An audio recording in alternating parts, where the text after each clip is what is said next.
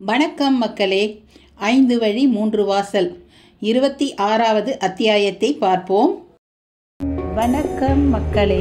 மகிமாவின் தமிழாற்றுப்படைக்கு உங்களை அன்புடன் வரவேற்கிறேன். வாருங்கள், காணொளிக்குள் செல்வோம். கதைக்குள்ளே போகிறதுக்கு முன்னாடி நம்ம சேனலை சப்ஸ்கிரைப் பண்ணலைன்னா பண்ணிவிடுங்க. அப்படியே பக்கத்தில் இருக்கிற பெல் ஐக்கான் அழுத்திட்டிங்கன்னா நான் போடுற வீடியோக்கள் எல்லாம் உங்களுக்கு வந்துக்கிட்டே இருக்கும். அத்தியாயம் 26. அன்று கிழக்கே வானில் எட்டி பார்க்க சூரியனை புலித்தேவரின் போர்க்களம் வணக்கத்துடன் பார்த்தது. விடிவதற்கு முன்பே கோட்டை சுவரையொட்டி இரும்பு வளையம் போல் கைகோல் சகிதம் திரண்டு விட்டிருந்தது படை. எல்லோருக்குள்ளும் அசாத்திய நம்பிக்கை. இன்றைய போரில் வெற்றியை ஊர்ஜிதப்படுத்தியே தீர வேண்டிய வேகம் குமிழிவிட்டு கொப்பளித்து கொண்டிருந்தது. கோட்டையை நோக்கி ஒரு அடி கூட எதிரி முன்வைக்க கூடாது. அவன் அடி வைக்கும் தரைப்பரப்பெல்லாம் அம்புகளின் வீச்சுகளை நிகழ்த்த வேண்டும். ராஜேந்திரனும் பூனைக்கண்ணனும் பீரங்கியை இயக்குபவர்களை வீழ்த்துவதற்கு தோதாக துப்பாக்கி ஏந்தியபடி கோட்டை உச்சியின் ஒரு மணல் மூட்டை மேல் சரிந்திருந்தார்கள். அவர்களின் குறியில் பீரங்கி சாரதிகள் மார்பில் குண்டுபட்டு சரிந்து விழ அவர்கள் இருவரையும் குறிவைத்தபடி படைக்குள் இருவர் மெல்ல முன்னேறி கொண்டிருந்தார்கள். வெள்ளையின் படையோ வெளிரி கொண்டிருந்தது. ஒரு அங்குலம் கூட முன்னேற முடியாத தத்தளிப்பு அதனிடம். புலித்தேவரின் மார்பை குண்டு பிளந்த சேதி வராதா வராதா என்ற ஏக்கத்தில் ஹெரானும் யூசுப்பும் கோட்டையை பார்த்து பெருமூச்சு விட்டபடி புரவியை விரட்டி கொண்டிருக்க, திடீரென்று கோட்டை வீரர்களிடம் தாக்குதல் முற்றிலுமாக நின்று போனது.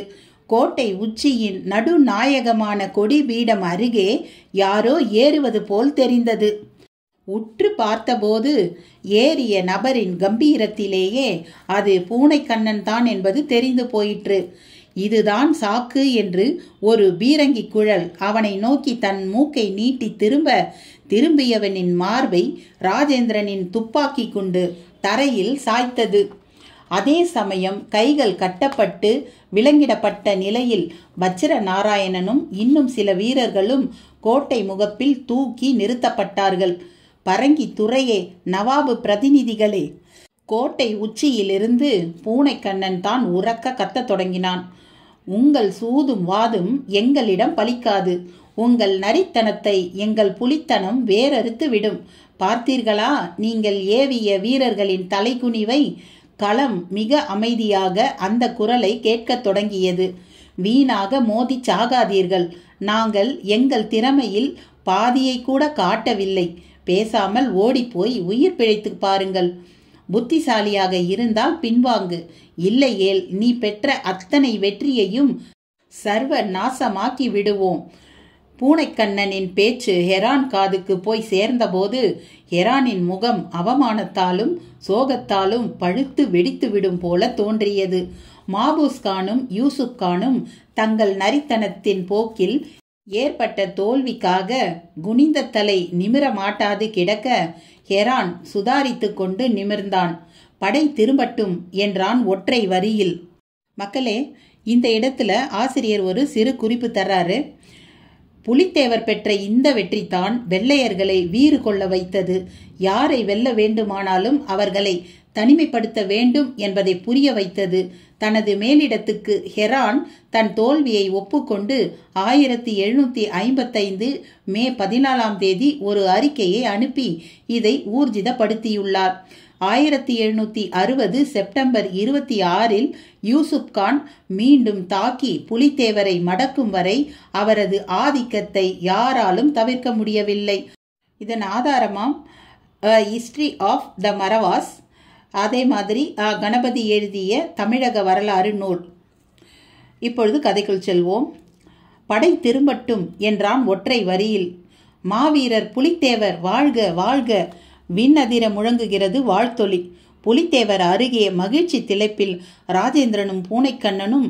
ராஜேந்திரன் ஏனோ சற்று சோர்வாக தெரிந்தான். புலித்தேவர் அதன் குறிப்பறிந்து பேசினார். உனது தளபதியே ஒரு துரோகியாக மாறிவிட்டதை எண்ணி கலக்கமா? களையில்லாத வயல் இல்லை, பதறில்லாத கதிர்களும் இல்லை. உன் வீரமும் ஈடுபாடும் நாட்டுப்பற்றும் வச்சிரநாராயணின் ஈனச் செயலை மூடி மறைத்துவிட்டது. இந்த வெற்றியில் உன் பங்கும் மிக பெரிதல்லவா? பேசியபடி தன் கழுத்தின் முத்து மாலையை வெற்றி மாலையாக ராஜேந்திரனுக்கு அணிவித்தார் புலித்தேவர். ராஜேந்திரன் சிலிர்த்து போனான். உன் தளபதிக்கு அம்பலத்தாரே தண்டனை வழங்கட்டும். அவனையும் அவன் விசுவாசிகளையும் கைதிகளாக்கி உன்னுடன் அனுப்பி வைக்கிறேன். வெற்றி பயணம் மேற்கொள்க. இனி படை நடுவே கைவிலங்குடன் இழுத்து வரப்படும் வஜ்ர நாராயணனுக்குள் கொந்தளிப்பு. ராஜேந்திரா, உன்னை நார் நாராக கிழிக்காமல் விடமாட்டேன். என் உயிர் உள்ளவரை அடங்கி போதல் என்பதே நடவாது. இனி முழுவதுமாக மூழ்கிவிட்டேன். சான் போனால் என்ன, முழம் போனால் என்ன? பண்பொழியூர் ஒரு இந்திரலோகம் போல உருமாறிவிட்டிருந்தது.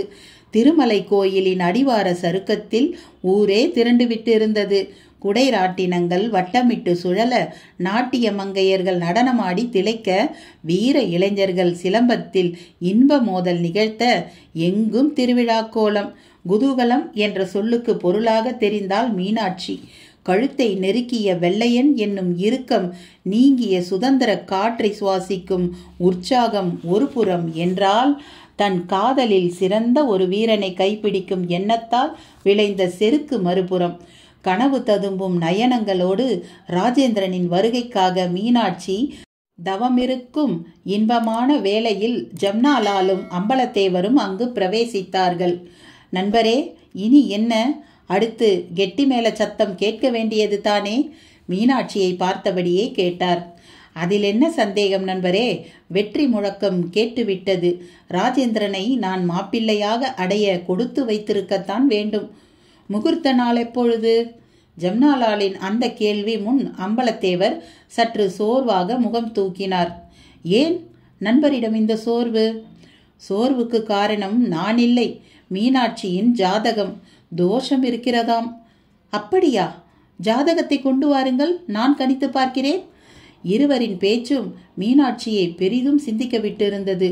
என் ஜாதகத்துக்கென்ன என்கிற கேள்வி அவளுக்குள் விஸ்வரூபம் எடுத்து விட்டிருந்தது. அதற்குள் ஜாதக ஓலையும் வந்து விட்டிருந்தன. ஜம்னாலால் அதை உற்று பார்த்து விரல்களை சொடுக்கி நீட்டி சில கணக்குகளை கூட்டி குறைத்து போட்டுவிட்டு இறுதியில் ஈட்டி குத்துப்பட்டது போல ஒரு வேதனைக்குள் விழுந்தார். ஏனோ அந்த வேதனையை தன் முகத்தில் பரவ விடாமல் மிக செயற்கையாக சிரித்தார். பிறகு மீனாட்சியை நோக்கி கைகள் குவிந்தன, கண்களில் நீர்ப்பசை. என்ன இதெல்லாம்? அம்பலத்தேவரிடம் பதட்டம். தங்கள் குமாரி ஒரு கன்னி தெய்வம் நண்பரே, அதனாலேயே வணங்கினேன். இனி இவளுக்கு ஜென்மம் இல்லை. அடுத்த ஜென்மத்தை பற்றி எனக்கு கவலை இல்லை. திருமணத்தை பற்றி கூறுங்கள். விமரிசையாக நடக்கும், மிக விமரிசையாக நடக்கும் என்ற ஜோதிடர்கள் கூறியது போலவே 90 நாட்கள் கழித்து. ஆனால் அதுவரை மிடறு விழுங்கினார் ஜம்னாலால். அதுவரையில் மீனாட்சி எக்காரணம் கொண்டும் ராஜேந்திரனை பார்க்காமல் இருப்பது மிக நல்லது. அது மட்டுமல்ல, மீனாட்சி மஞ்சள் வஸ்திரம் மட்டுமே இனி தரிக்க வேண்டும். உங்கள் கருத்து எனக்கு ஆச்சரியமாக இருக்கிறது. எல்லாம் நன்மைக்குத்தான் கூறுகிறேன். என் அன்பு வேண்டுகோள் கூட அல்ல இது, கட்டளை என்றே எடுத்துக்கொள்ளுங்கள்.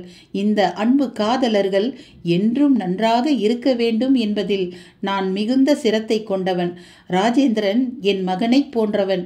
மீனாட்சி ஏனோ ஜம்னாலாலின் அந்த பேச்சால் உயிரிழந்தவள் போல் ஆகிவிட்டிருந்தாள். அன்பு காதலன் வருவான், அவன் தின் தோளில் வெற்றி மாலை ஜொலிக்கும், அதை பரவசமாய் காணலாம், கலந்து மகிழ்ந்து பேசலாம், காலம் கரைவது தெரியாமல் என்று, நேரம் நெகிழ்வது தெரியாமல் என்று என்ற கற்பனை கோட்டை மீது கனத்த காற்றுடன் மழை பெய்வது போல உணர்ந்தவள் அப்படியே சோர்ந்து அம்பலத்தேவரை அணுகி அவர் மார்பில் சாய்ந்தாள். வெளியே வெற்றி சங்கு முழங்கும், அரவம் துந்துபிகள் கூட்டமாக கொப்பளிக்கின்றன. வந்துவிட்டான் ராஜேந்திரன். வரிசையாக அவன் பின்னால் பண்பொழியூரின் வீர புரவிகளின் அணிவகுப்பு. சின்ன பாளையமானாலும் பெரிய வெற்றி பெற்ற வீர அணிவகுப்பு. மங்கள ஆரத்தியோடு பெண்டிர் கூட்டம் ஒரு புறம் திரண்டிருக்கிறது. குலவை ஒலி எழுப்ப வேண்டி சங்கிலியாய் கைகோர்த்தபடி இன்னொரு கூட்டம். மீனாட்சி சற்று தேய்ந்த பாவனையில் பார்த்தார் அம்பலத்தேவர். மகளே, ஜம்னாலால் நமது அருமை நண்பர்.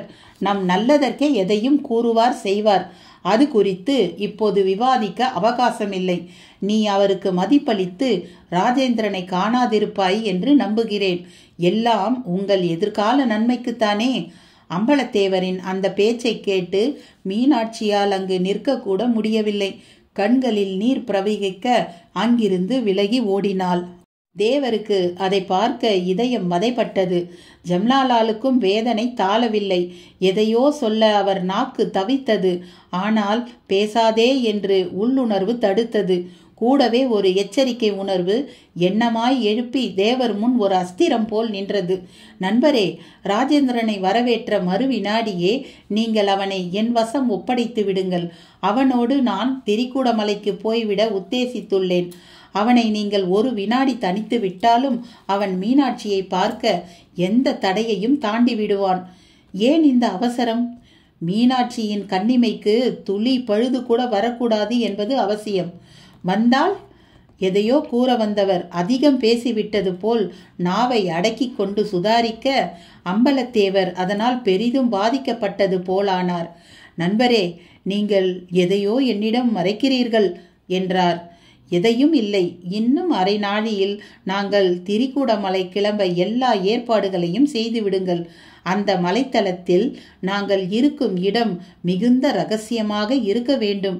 எக்காரணம் கொண்டும் மீனாட்சிக்கு தெரியக்கூடாது. இந்த சந்தர்ப்பத்தில் நானும் எனது மூலிகை ஆராய்ச்சியை ஒரு தனித்தன்மையோடு செய்ய விரும்புகிறேன். அம்பலத்தேவர் மறுமொழி பேசாமல் நடக்க பின்தொடர்ந்தார் ஜம்னாலால். அரண்மனை முன்னால் கம்பீரமாக புறவியிலிருந்து இறங்கினான் ராஜேந்திரன். மீனாட்சி, மீனாட்சி என்று மனது 8 திக்கும் பார்வையை சுழலவிட்டது. தேவர் அது புரிந்தும் காட்டிக்கொள்ளாமல் அவனை அணைத்து மகிழ 2 கரம் நீட்டியபடி முன் வந்து கொண்டிருந்தார்.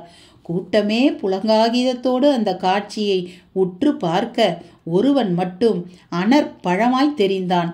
உற்று பார்த்தபோதுதான் தெரிந்தது, மாறு வேடத்தில் இருக்கும் ஒற்றைக்கண் கள்வன் காடகராயன். இன்று ஜெயந்தி பதுகியிருந்த புதர் அருகே சாண்டி நின்றுவிட்டு பம்ம தொடங்கியிருது. ஒரு வழியாக அங்கு வந்து சேர்ந்திருந்த கலாதரனும் பாஸ்கரும் சட்டை பட்டன்களை கழற்றி விட்டு கொண்டு அப்படியே அந்த புதர் அருகில் அமர்ந்து ஆசுவாசிக்க ஆரம்பித்தார்கள். இதற்குள் சாண்டி புதருக்குள் நுழைந்து மறுபக்கம் சென்று ஒரு பாறை மேல் மாரிமுத்துவை பார்த்துவிட்டு உற்சாகமாக திரும்பி வந்து கலாதரனின் பேண்டை கவ்வி இழுக்க தொடங்கியது. சாண்டி எங்கேயோ கூப்பிடுது, வா போவோம் என்றபடி புதருக்குள் நுழைந்து மறுபக்க அருவி பாதையில் தலை நிமிர்த்தினார்கள். சற்று நடந்து மாரிமுத்துவை பார்த்துவிட்டு நிம்மதி பெருமூச்சு விட்டார்கள். ஜெயந்தி எங்கே? பதறினான் பாஸ்கர். அருவியில தான் குளிச்சிட்டு இருந்தாங்க ஐயா என்றான் மாரிமுத்து. கலாதரன் அருவியையே உற்று உற்று பார்க்க வேகமாக வெளிப்பட்டாள் ஜெயந்தி.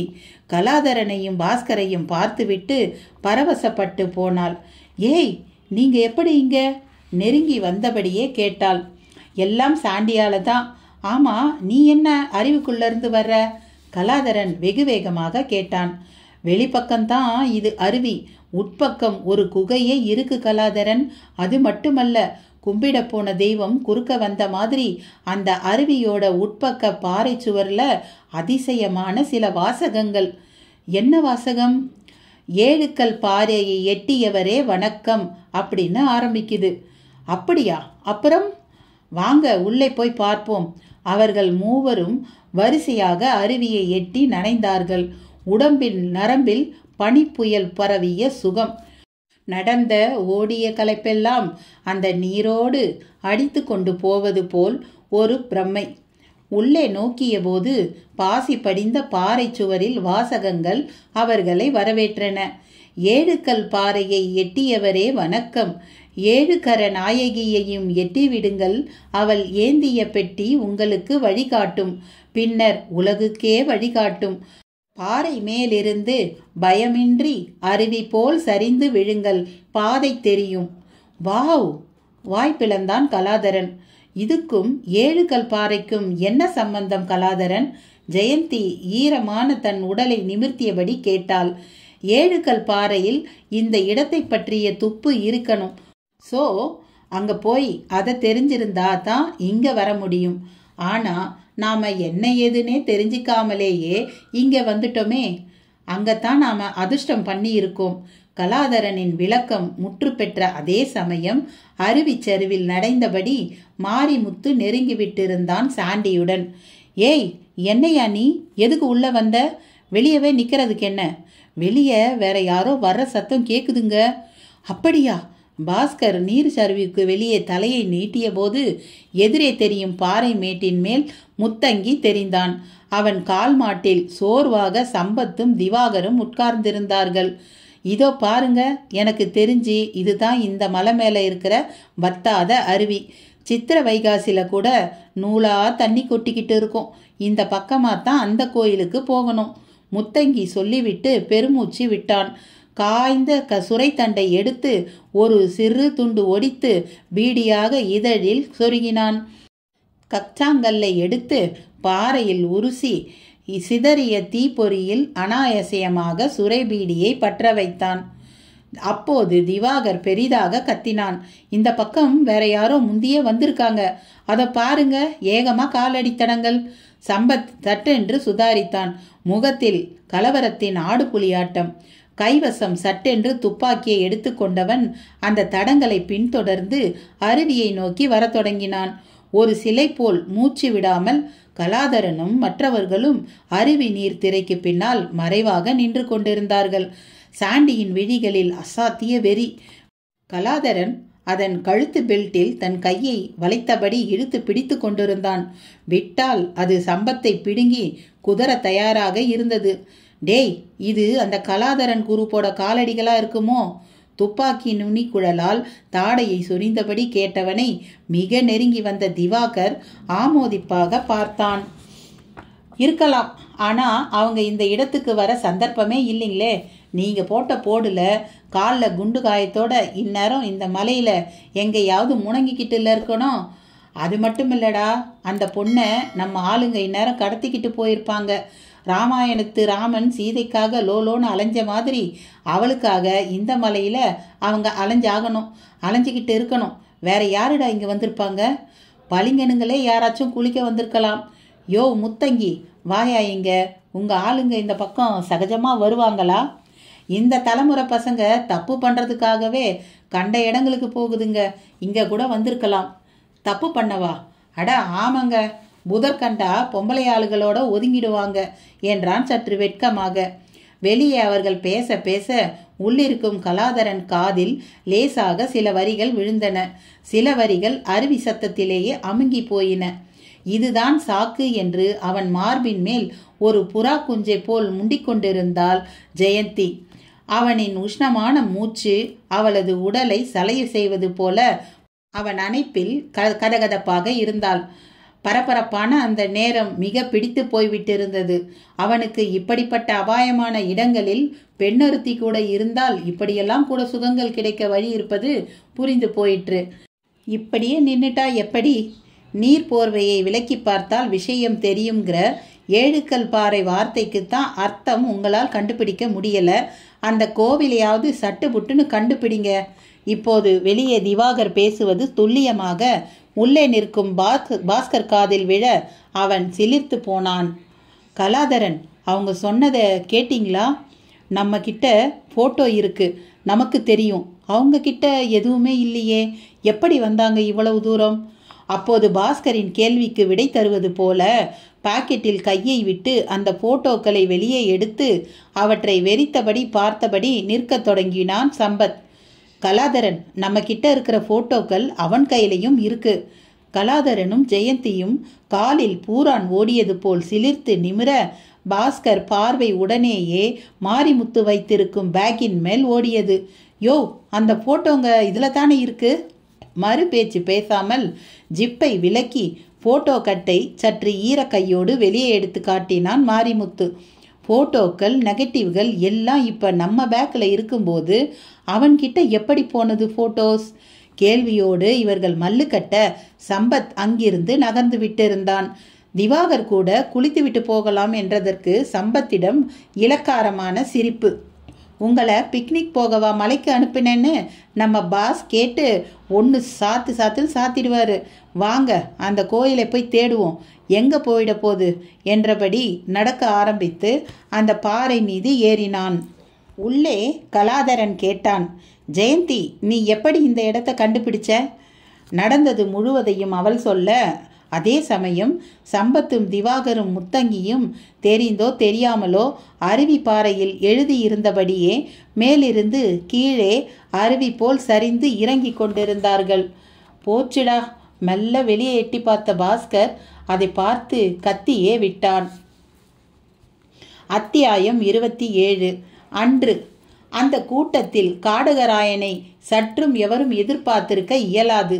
எதிர்பார்த்திருந்தாலும் அடையாளம் காணுதல் மிகவும் கடினம் என்பதற்கு உசிதமாக ஒரு மரமேரியைப் போல் உருமாறியிருந்தான். தீர்க்கமான ஒற்றை கண்ணிலோ கொலை வெறி. கூட்டம் அம்பலத்தேவரும் ராஜேந்திரனும் கட்டி தழுவுவதில் புலங்காகிதம் கொள்கிறது. நெடு நேரத்துக்கு திருஷ்டி கழிப்பதாக குளவை ஒலி. பண்பொழியின் புலிக்குட்டி ராஜேந்திரன் என்கிறார் ஒருவர். வாழ்க வாழ்க! பதில் எதிரொலிகளில் பண்பொழியூரே பரவசப்படுகிறது. ராஜேந்திரன் நெகிழ்ந்து போகிறான். ஆனால் விழிமணிகளோ மீனாட்சி என்று தாவி அலைகிறது. அம்பலத்தேவருக்கு அது புரியாமல் இல்லை. நல்ல வேளை இப்போது ஜம்னாலால் அங்கு ஊடுருவினார். வா ராஜேந்திரா, வா. வெற்றி வீரனாக நீ வந்ததில் அகமகிழ்கிறேன். ஐயா, எல்லாம் உங்கள் ஆசியால்தான் என்று ராஜேந்திரன் அவர் காலில் விழுகிறான். அப்போது நாராயண பிள்ளை அம்பலத்தேவர் காதில் எதையோ கிசுகிசுக்கிறார். தேவர் முகமும் அதை கேட்டு ஜிவுஜிவுக்கிறது. கூட்டத்தை ஊடுருவி அணிவகுத்து நிற்கும் படைக்குள் நுழைகிறார் தேவர். வஜ்ர நாராயணன் முகத்தில் காரி உமிழ நீண்ட படையின் வரிசையில் 2 கைகளும் விலங்கிடப்பட்ட நிலையில் வஜ்ர நாராயணன், கூடவே அவனது கைத்தடிகள். வஜ்ரா, துரோகியே, உனக்கு வெட்கமா இல்லையா? வஜ்ரநாராயணன் முகம் அதை கண்டு கேட்டு துவண்டு போகிறது. சிரத்தை நிமிர்த்தும் சக்தியையும் தேகம் இழந்து போகிறது. ராஜேந்திரன் மட்டும் இல்லாது போயிருந்தால் உன் செயலால் நாம் கொத்தடிமைகளை விட கேவலமாக போயிருப்போமே. அடாதவனே, எங்கிருந்து வந்தது உனக்கு இந்த ஈன புத்தி? நீ மறவனா? மாசற்ற தமிழை நாவால் உதிர்ப்பவனா? அடுக்குமா உன் செயல் அரசியலாருக்கு? அம்பலத்தேவர் அளவு கடந்த கோபவயப்பட்டு யாருமே பார்த்ததில்லை இது போல். அரசே, ஆதங்கப்பட இதுவா நேரம்? இவர்களை என்ன செய்ய? நாராயண பிள்ளை கேட்கிறார். இந்த வெற்றி கூட்டத்தில் துரோகத்துக்கு தண்டனை தருவோம். மக்கள் மன்றம் எதிரே இது நடக்கட்டும். இதன் மூலம் எச்சரிக்கை எங்கும் பரவட்டும். துரோகம் என்ற சொல்லை இந்த மண்ணில் ஒரு எறும்பு கூட யாருக்கும் செய்யக்கூடாது. என்ன சொல்கிறீர்கள்? மக்கள் கூட்டத்தை பார்த்து தேவர் கர்ச்சிக்க எங்கும் அங்கீகார எதிரொலி. இவர்களை என்ன செய்யலாம்? சிரச்சேதம், சிரச்சேதம். இது மக்கள் கூட்டம். வேண்டாம், நாடு கடத்தி விடுங்கள். இது ராஜேந்திரன். அதுதான் நல்லது. மறவர் பாளையங்களின் பக்கமே இவர்கள் வசிக்கக்கூடாது. மார்பில் துரோக முத்திரையாகிய பன்றி முகத்தை பச்சை குத்தி விடுங்கள். பார்ப்பவர்க்கெல்லாம் தெரியட்டும். உடனே பச்சை குத்த ஆயத்தமாகியது ஒரு கூட்டம். எங்கும் அதை கண்டு எக்காலம் பரிகாசம். வஜ்ரநாராயணன் தன் கௌரவம் இப்படி சிதைந்து போகும் என்று கனவில் கூட நினைத்து பார்க்கவில்லை. இதயத்தில் மின்னலுடன் இடி விழுந்தது போல் நிலை குலைந்து மண்ணில் மண்டியிட்டான். காடகராயனின் கழுகு பார்வை இதையெல்லாம் கூர்ந்து பார்த்து கொண்டிருந்தது. அம்பலத்தேவரோ ஆசுவாசத்தோடு அங்கிருந்து அகன்றார். வா ராஜேந்திரா, அரண்மனைக்குள் செல்வோம் என்று அவனை தன்னுடன் அழைத்துச் செல்கிறார் ஜம்னாலால். ராஜேந்திரனுக்குள் திரும்ப மீனாட்சி விஸ்வரூபம் எடுப்பது புரிந்தது. ஜம்னாலால் அவன் தோளில் கை போட்டு ஆறுதல் அளிக்கிறார். அமர்ந்து பேச வேண்டிய விஷயம் என்ற அழுத்தம் அதில். பஞ்சனை கூடம் வருகிறது. பால் சொம்புகள், பழத்தட்டுகள், தினை மாவு, பணியாரங்கள் என்று அதன் மையத்தில் விருந்து பொருட்கள். ராஜேந்திரா, அமர்ந்து சற்று ஓய்வெடுப்போமே. ஜம்னாலால் ஒரு பட்டு திண்டின் அருகில் அமர்ந்து காலை மடித்தபடி அவனை அழைக்கிறார். ஐயா, எனக்கு ஒரு முக்கிய பணி இருக்கிறது. நான் உடனே இளவரசியாரை பார்க்க வேண்டும். நீயும் மீனாட்சியும் ஒருவரை ஒருவர் காதலிப்பதை நான் நன்கு அறிவேன். இந்த வெற்றிக்கு பின் உங்களை இணைத்து பார்த்து மனமுடித்து வாழ்த்த பெரிதும் விரும்புகிறார் தேவர். ஆனால் மீனாட்சியின் ஜாதகம் அதற்கு ஒரு பெரிய தடையை விதித்து விட்டது. ராஜேந்திரன் உடனேயே சந்தேகத்துடன் நிமிர்ந்தான். தம்பி, நான் கூறுவதை கேள், சந்தேகிக்காதே. நீதான் தேவரின் வருங்கால மருமகன், அதில் எந்த மாற்றமும் இல்லை. ஆனால் இப்போது இல்லை, 90 நாட்கள் சென்றாக வேண்டும். அதற்கு அதென்ன 90 நாட்கள் கணக்கு? எனக்கு எல்லாம் புதிராக இருக்கிறது. எங்கள் காதலை ஒப்புக்கொள்ள தேவர் மனம் இடம் தரவில்லை என்றால் நேரடியாக கூறிவிடுங்கள். வெடுக்கென்று ராஜேந்திரன் வாயிலிருந்து துள்ளி விழுந்தன வார்த்தைகள். தம்பி, உன் காதல் துடிப்பில் வேகம் உள்ள அளவு விவேகம் இல்லை. மீனாட்சியின் ஜாதகத்தை கணித்தவனே நான் தான். மீனாட்சி தற்சமயம் பாவ கிரகங்களின் பிடியில் உள்ளாள். நவகிரகங்களில் மங்களாதிபதியான குருவின் பார்வை துளியும் இல்லை. 90 நாட்கள் கழித்து அவளது ராசிக்கே குருவின் பெயர்ச்சி அமைகிறது. குரு பார்த்தால் கோடி புண்ணியம். அதுவரை பொறுக்கக்கூடாதா? தாராளமாக ஆண்டு கணக்கில் கூட காத்திருக்க நான் தயார். ஆனால் இப்போது நான் மீனாட்சியை பார்த்தாக வேண்டும். சந்திப்பதால் என்ன கெடுதல்? எல்லாவற்றையும் விளக்கமாக சொல்கிறேன். நீ என்னுடன் திரிகூடமலைக்கு கிளம்பு. வருகிறேன். ஆனால் மீனாட்சியை பார்த்துவிட்டு வருகிறேன். அதுவும் உங்களுக்காக. சந்திப்பதானால் ஒரு நிபந்தனை. என்ன நிபந்தனை? அவள் வியாழ விரதம் மேற்கொள்ள உள்ளாள். எல்லாம் உனக்காக. எனவே நீ அவளை தீண்டாமல் பேசி திரும்ப வேண்டும். எனக்கு அவள் தரிசனம் ஒன்றே போதும், விடுங்கள். அவன் அங்கிருந்து சீறிக்கொண்டு கிளம்பினான். மீனாட்சியின் மஞ்சள் துவராடைகள் அவளை கேலியாக பார்ப்பது போல் ஒரு பிரமை. துவராடையே ஒரு சுற்றாக சுற்றியிருந்தாள். கண்களில் தான் பசலை என்றால் கருத்திலோ கடலளவு விசனம். காதலனின் மைதான மார்பில் மல்லாந்து கதை பேசி இடையாவரணம் நசுங்க இணைந்து உடல் கூடி இன்பக்கதை பேசப்போவதாக எண்ணியிருந்த கனவு கட்டடங்களை யாரோ மிலார்களை கொண்டு விரட்டி விட்டதைப் போல ஒரு பிரமை அவளுக்கு. கவலை நெளிந்தது. கண்களில் நீர்ப்புள்ளிகளின் அணிச்சேர்க்கை. அப்போது கதவு திறக்கப்படும் அரவம். திரும்பினால் சேடி பெண்ணுடன் ராஜேந்திரன். அந்த பெண் வெகு தொலைவில் அவர்கள் பேசுவது கேட்க மாட்டாத இடத்தில் நின்று கொண்டாள். ஆனால் பார்வையை தேவரின் ஆணைக்கேற்ப இவர்களிடம் இருந்து திருப்பவில்லை. ராஜேந்திரனை பார்த்த மீனாட்சி ஒரு வினாடி ஆடிப்போனாள். ஓடிப்போய் அவனை அணைத்து கொள்ளும் வேகம் உடம்பில். அருகே வரை ஓடியவள் ஜெம்னாலாலுக்கு கொடுத்த வாக்கை காப்பாற்ற சிலையென நின்றுவிட்டாள். விதிர்த்து விரைத்த நிலை. அந்த நிலையே அவள் தன் நினைவால் நைந்த நிலையை அவனுக்குள் உணர்த்தியது. மீனாட்சி, அத்தான், இதெல்லாம் என்ன? நான் உன்னை தொடக்கூடாதாம். நிச்சயம் சதி இல்லை, விதி. வெற்றி வீரனுக்கு இதுதான் பரிசா? என்ன செய்ய? என் ஜாதகம் அப்படி. நீயே என்ன அவர்களுக்கு வக்காலத்து? எக்காலத்திலும் என் வக்காலத்து உங்களுக்கே. அவர்கள் தங்கள் கடமையை செய்கிறார்கள். அனுசரிப்பதுதான் நம் இளமைக்கு அழகு. அப்படியானால் சரி, நான் போகிறேன். போய் வருகிறேன் என்று சொல்லக்கூடாதா? அவசரத்தில் வாயில் அப்படி வந்துவிட்டது. 91ஆம் நாள் சந்திப்பேன் உன்னை. கட்டி அணைப்பேன். நானும் காத்திருப்பேன். ராஜேந்திரன் பல்லை கடித்து கொண்டு திரும்பி நடந்தான். சேடிப்பெண் அப்பாடா, அசம்பாவிதம் ஒன்றும் நடக்கவில்லை என்று பெருமூச்செறிந்தாள். ஓரிடத்தில் தீ மூட்டம். அதன் மேல் உரித்த ஆடு ஒன்று வேப்பங்குச்சியில் தாங்கி தீ ஜுவாலையில் கொழுப்பை சொட்டவிட்டு கொண்டிருந்தது. சுற்றிலும் மலைப்பாறை மேலெல்லாம் கல்வர்களின் சயனம். பெரும் முரசு ஒன்றின் அருகே ஒற்றைக்கண் சகிதம் உக்கிரமாக காடகராயன் கைவசம் கல்கலயம். நாடு கடத்தப்பட்ட வஜ்ர நாராயணனும் காடகராயன் அருகே கல்கலயத்தோடு கிடந்தான். நன்றி காடகராயா, மிக்க நன்றி. எங்கு செல்வேன், எப்படி செல்வேன் என்று கலங்கியிருந்த என்னை ஆதரித்து அழைத்து வந்திருக்கிறாய். பாரதத்து கர்ணன் போல உனக்கு நான் இனி நன்றி காட்டுவேன். வஜ்ரநாராயணன் பேச பேச காடகராயன் அந்த மலைக்காடே அதிரும்படி சிரிக்கிறான். வஜ்ரா, உன்னை நான் ஆதரிப்பதை விடு. என்னை அந்தகனாக்கிய ராஜேந்திரனை நாம் வீழ்த்தியே ஆக வேண்டும். அதற்கு வழி சொல். சிரிப்பை தொடர்ந்து வந்த கருத்தில் வஜ்ரநாராயணன் கரைந்த சமயம் ஒருவன் ஓடி வந்தான். என்னடா? அவன் காடகராயனை அழைத்து சென்று ஒரு மலை உச்சியிலிருந்து கை காட்டிய திக்கில் சந்தன பெட்டி சகிதம் ஜம்னாலாலும் ராஜேந்திரனும் புரவிகளை நடத்தியபடி திரிகூட மலைக்குள் வகிடெடுத்து கொண்டிருந்தார்கள். அடிவாரத்தில் ஒரு வீரன் அவர்களை வழி அனுப்பிவிட்டு நின்று கொண்டிருந்தான்.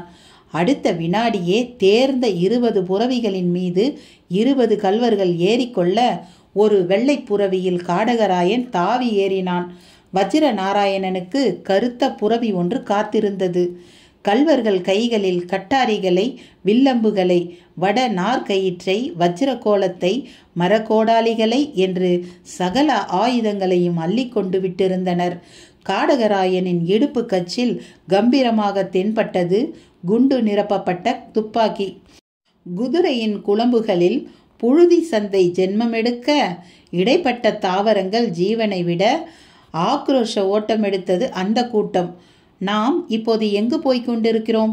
ராஜேந்திரனிடம் ஜம்னாலால் கேட்டார். திரிகூட மலையின் உச்சிக்கு தேனருவிக்கு கிழக்கில் சித்தர் குகை ஒன்று உள்ளது. அங்கு. அது பாதுகாப்பான இடமா ராஜேந்திரா? அகத்தியர் அமர்ந்து தவம் செய்த இடம் என்று கேள்வி. அமைதியை விரும்பும் யோகியர்க்கு ஏற்ற இடம். நல்லது, மிக நல்லது. நாம் இப்போது தாதுவலையை தேடுவோம். தாதுவலையா? ஆம், அபூர்வ மூலிகை. சாவி இல்லாமல் இதன் சாற்றினால் பூற்றை திறக்கலாம். எப்பேற்பட்ட இரும்பு வளையத்தையும் இழக்கலாம். தாதுக்களையே வளைப்பதால் தாதுவலை. எப்படி இருக்கும்? உனக்கு சொன்னால் புரியாது. நான் தேடுகிறேன்.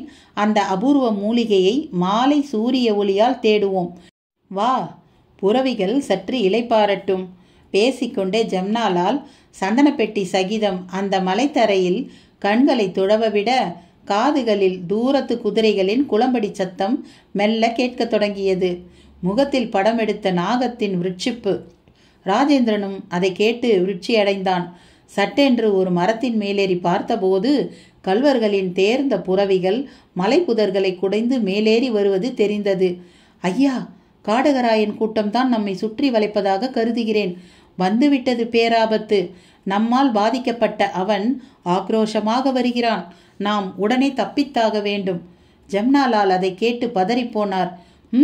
சீக்கிரம் தப்பிக்கும் வழியை பார். கவலைப்படாதீர்கள். இந்த மலையின் மர்மமான வழித்தடங்களை நான் அறிவேன். பேசிக்கொண்டே இருவரும் புரவியை எட்டினார்கள். வேகமாக. அந்த புரவிகள் அந்த மலையின் குறிப்பிட்ட ஒரு வழித்தடத்தில் சென்றன. ஐயா, இப்படியே பின்னால் திரும்பி புதர்களில் ஒளியுங்கள். இந்த பாதையில் மேலும் சென்றால் சேற்று பள்ளத்தில் தான் முடியும். ஆபத்தான பாதை.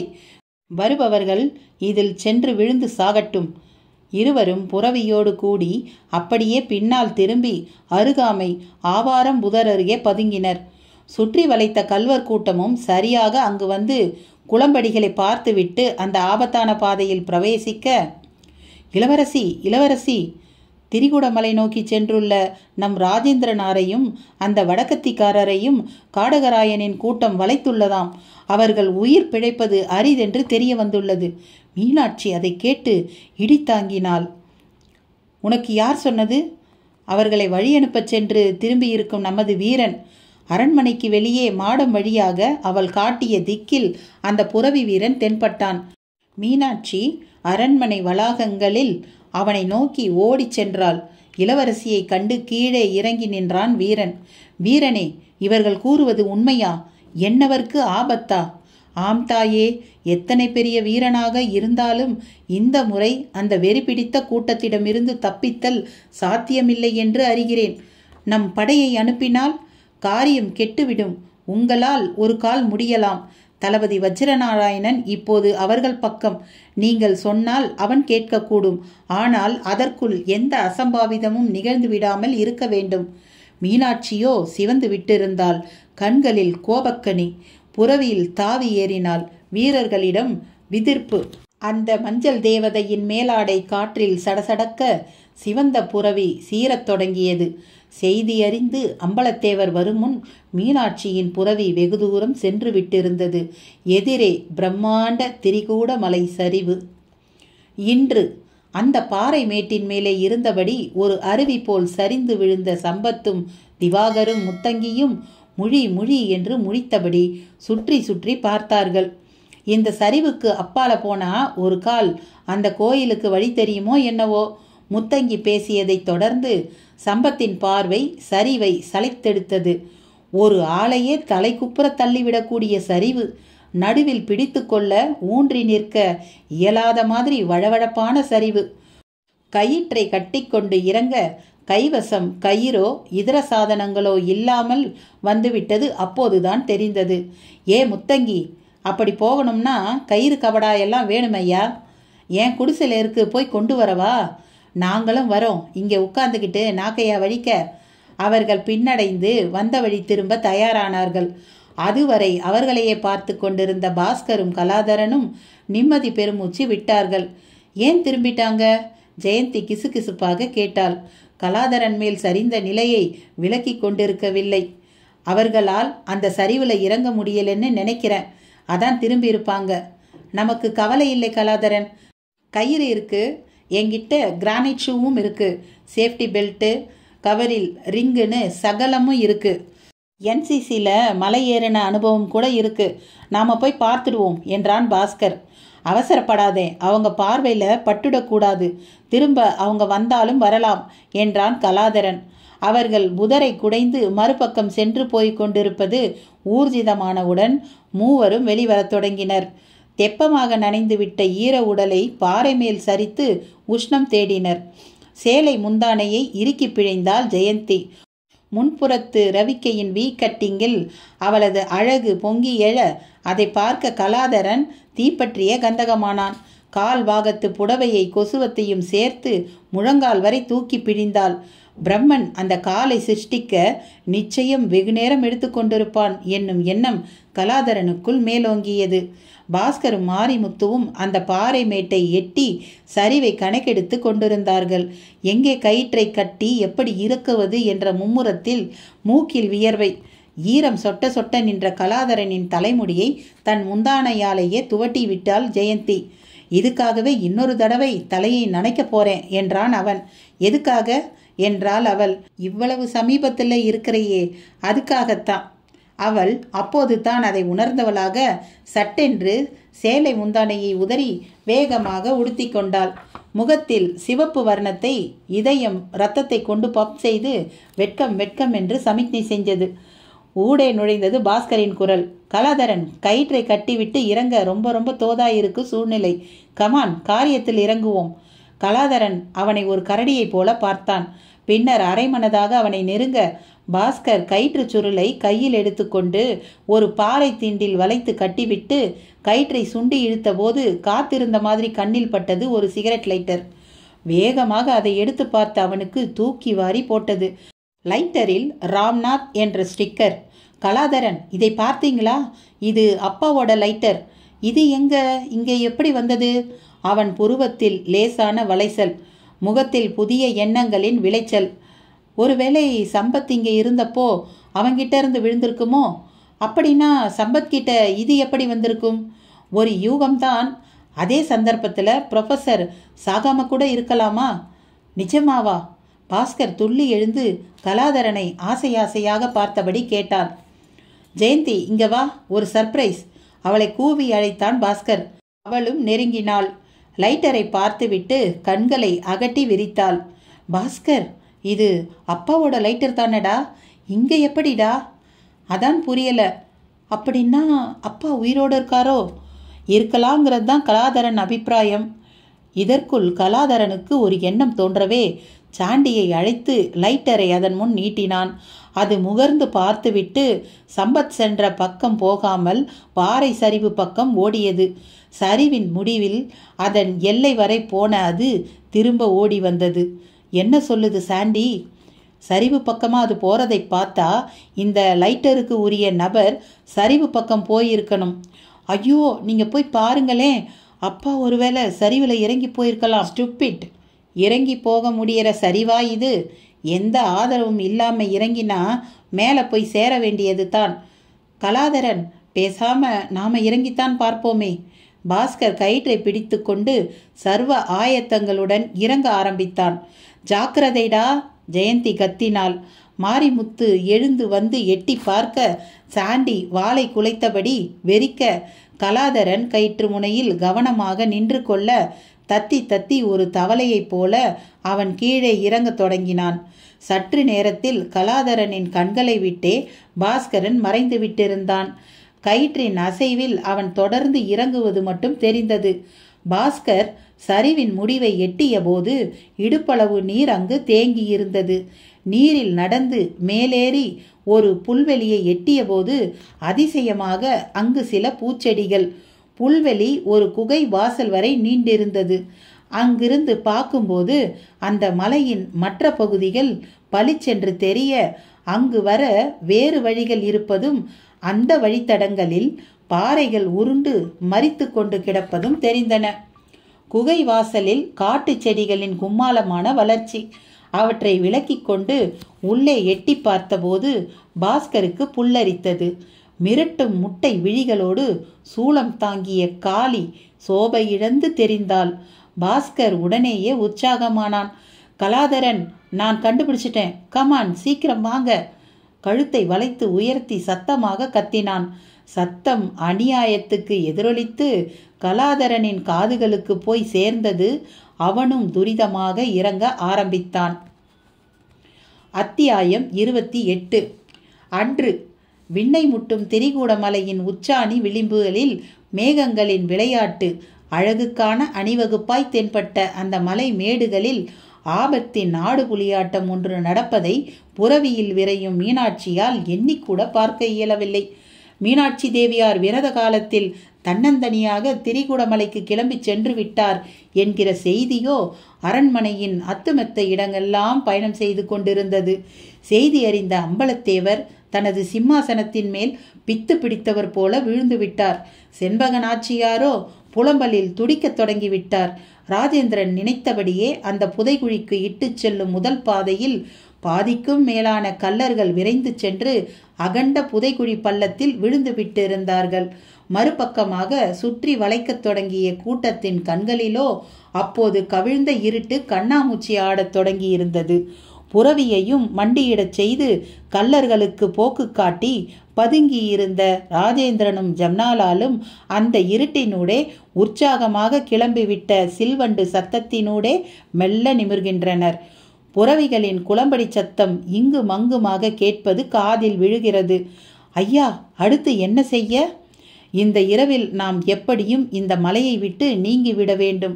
இதன் மர்மமான பாதைகள் தான் உனக்கு பரிச்சயமாயிற்றே. கிளம்பு. அப்படியானால் உங்கள் மூலிகை ஆராய்ச்சி? முதலில் தற்காப்பு, பிறகுதான் ஆராய்ச்சி எல்லாம். கவலை வேண்டாம். இதே மலையில் ஒரு பாழடைந்த குகை இருக்கிறது. அது எனக்கு மட்டும்தான் தெரியும். அங்கு நாம் சென்று விட்டால் தப்பி விடலாம்.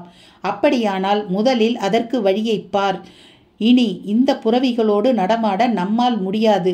அதன் மேலுள்ள பொருட்களை எடுத்து வை. இவற்றை விட்டு விட்டு வா. அதுவும் நன்மைக்கே.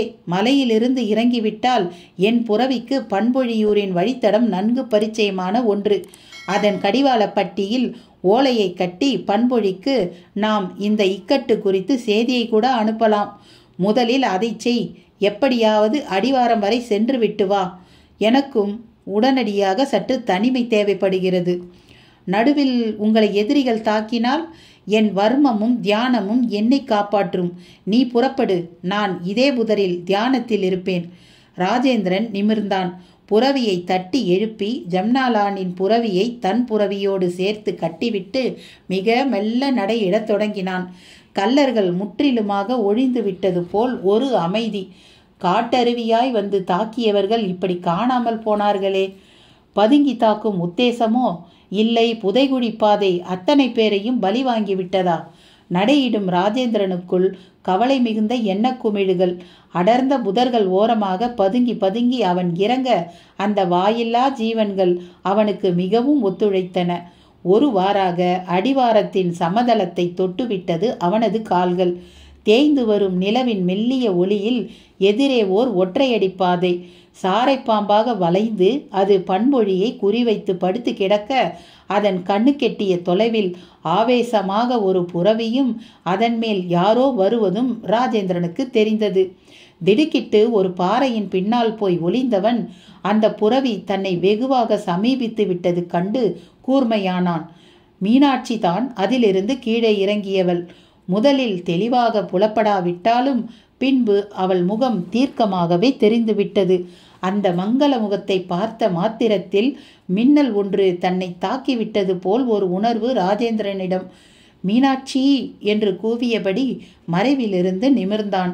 அவளும் அங்கே ராஜேந்திரனை எதிர்பார்க்கவில்லை. அன்பே என்று ஓடி வந்து கட்டிக்கொண்டாள். இருவரும் காற்று கூட புக முடியாதபடி தழுவிக்கொண்டனர். உன்னை நான் இங்கு எதிர்பார்க்கவில்லை மீனாட்சி. நீ எதற்கு ஆபத்து நிறைந்த இந்த மலைக்கு, அதிலும் இந்த இரவில் வந்தாய்? உன்னால் எப்படி வர முடிந்தது? உங்களுக்கு ஆபத்து என்று செய்தி வந்தது, தாங்க முடியவில்லை, கிளம்பிவிட்டேன். இப்போது ஆபத்து உனக்கும் சேர்ந்து விட்டதே, தவறு செய்து விட்டாய் நீ. பேசாமல் நடங்கள். எங்கே ஜம்னாலால்? பாதுகாப்பாக ஒரு புதரில் இருக்கிறார். சற்று மெல்ல பேசுங்கள். இங்கு நம்மை சுற்றி எதுவும் எந்த நிமிடமும் நடக்கலாம். பதுங்கி பதுங்கி சென்ற ராஜேந்திரன் மிக வேகமாக மலையேறத் தொடங்கினான். மீனாட்சி அவனுக்கு சளைக்கவில்லை.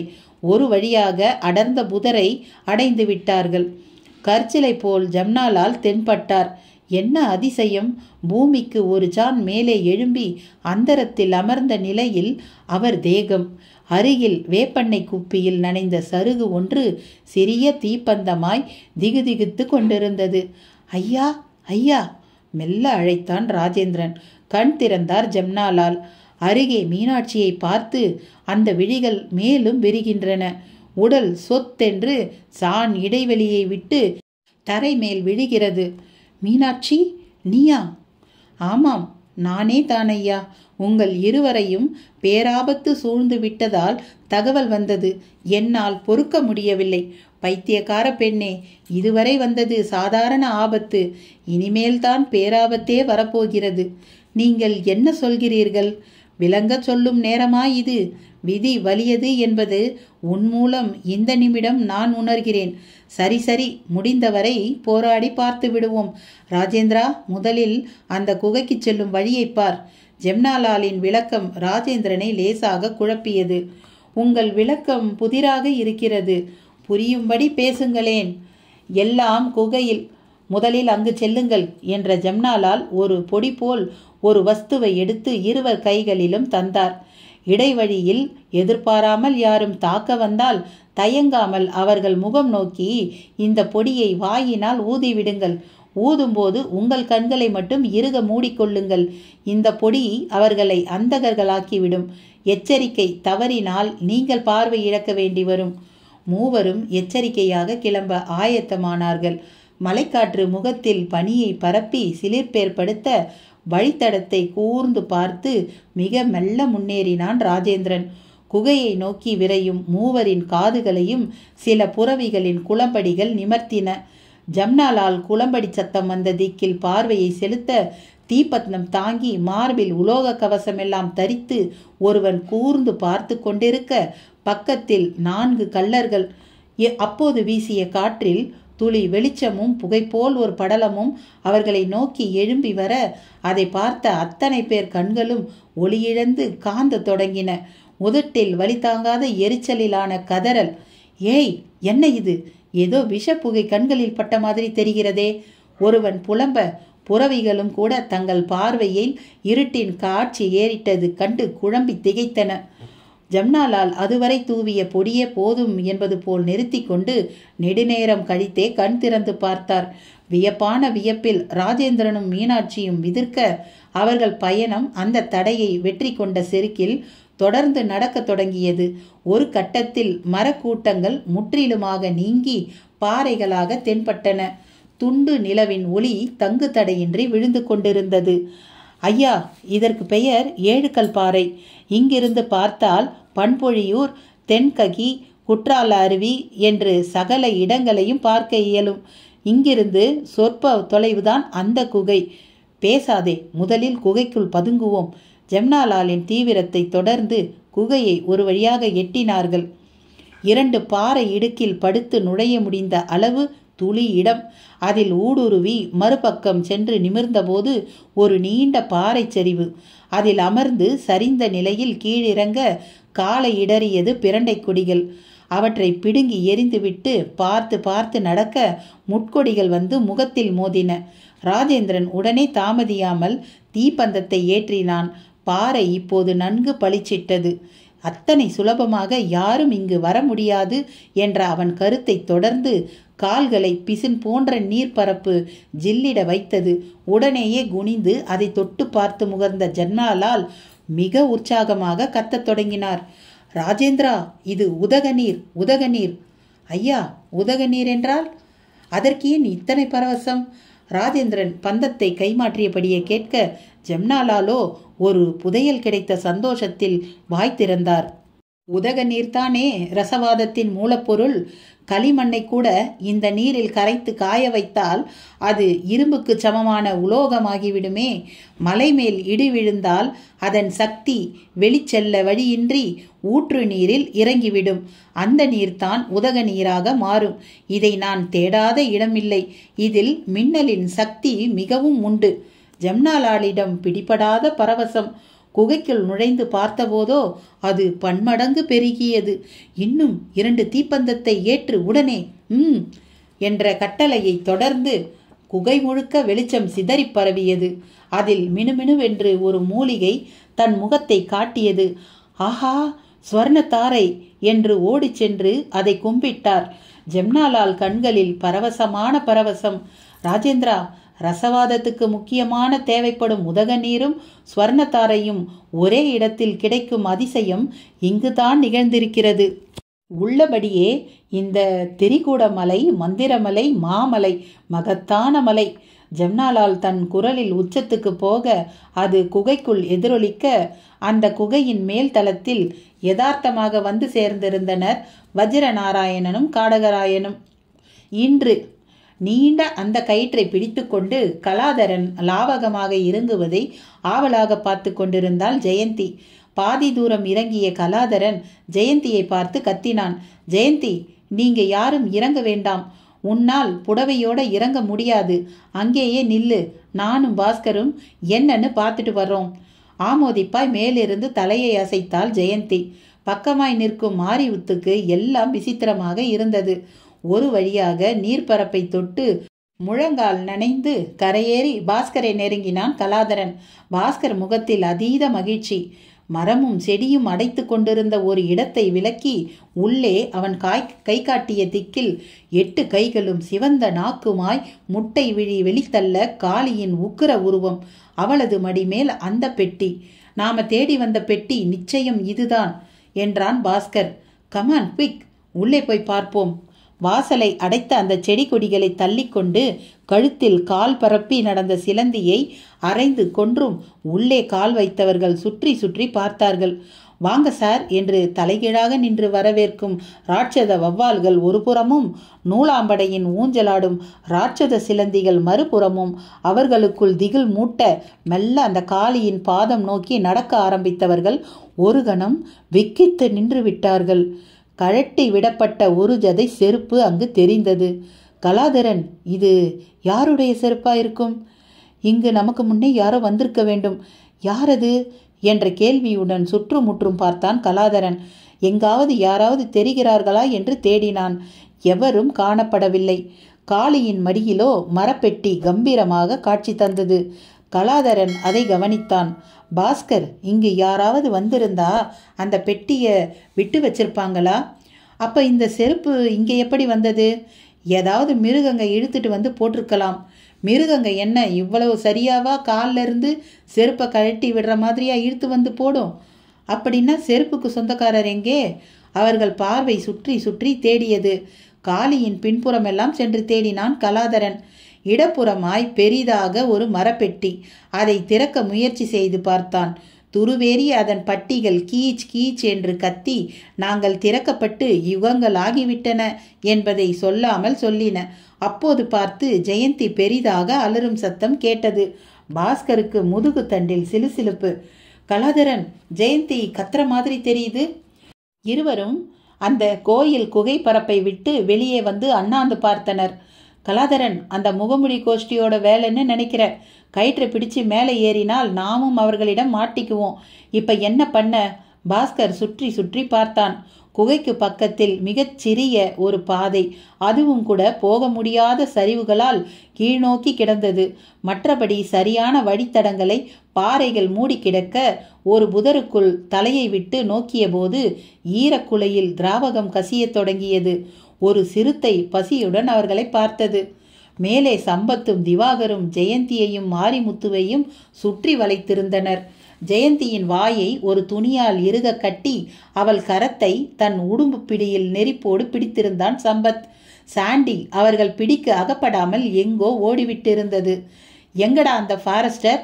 சம்பத்தின் கேள்விக்கு கீழே கை காட்டினான் மாரிமுத்து. அந்த வைரப்பெட்டியை தேடி காளியாத்தா கோயிலுக்கு இந்த ரூட்ல போயிருக்காங்களா? பலே, இப்படித்தானே மேலே ஏறி வரட்டும் என்று கையில் துப்பாக்கியை எடுத்துக்கொண்டான் சம்பத்.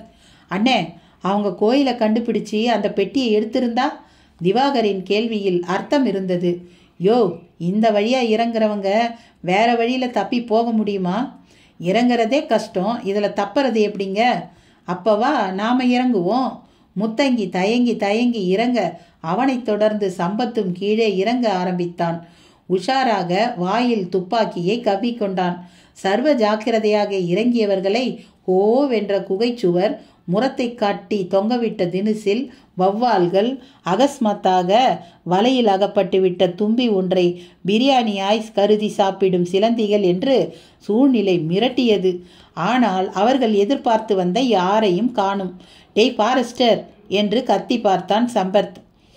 4 முறை சரியாக எதிரொலித்து வௌவால்களை கோபப்படுத்தியது அந்த குரல்.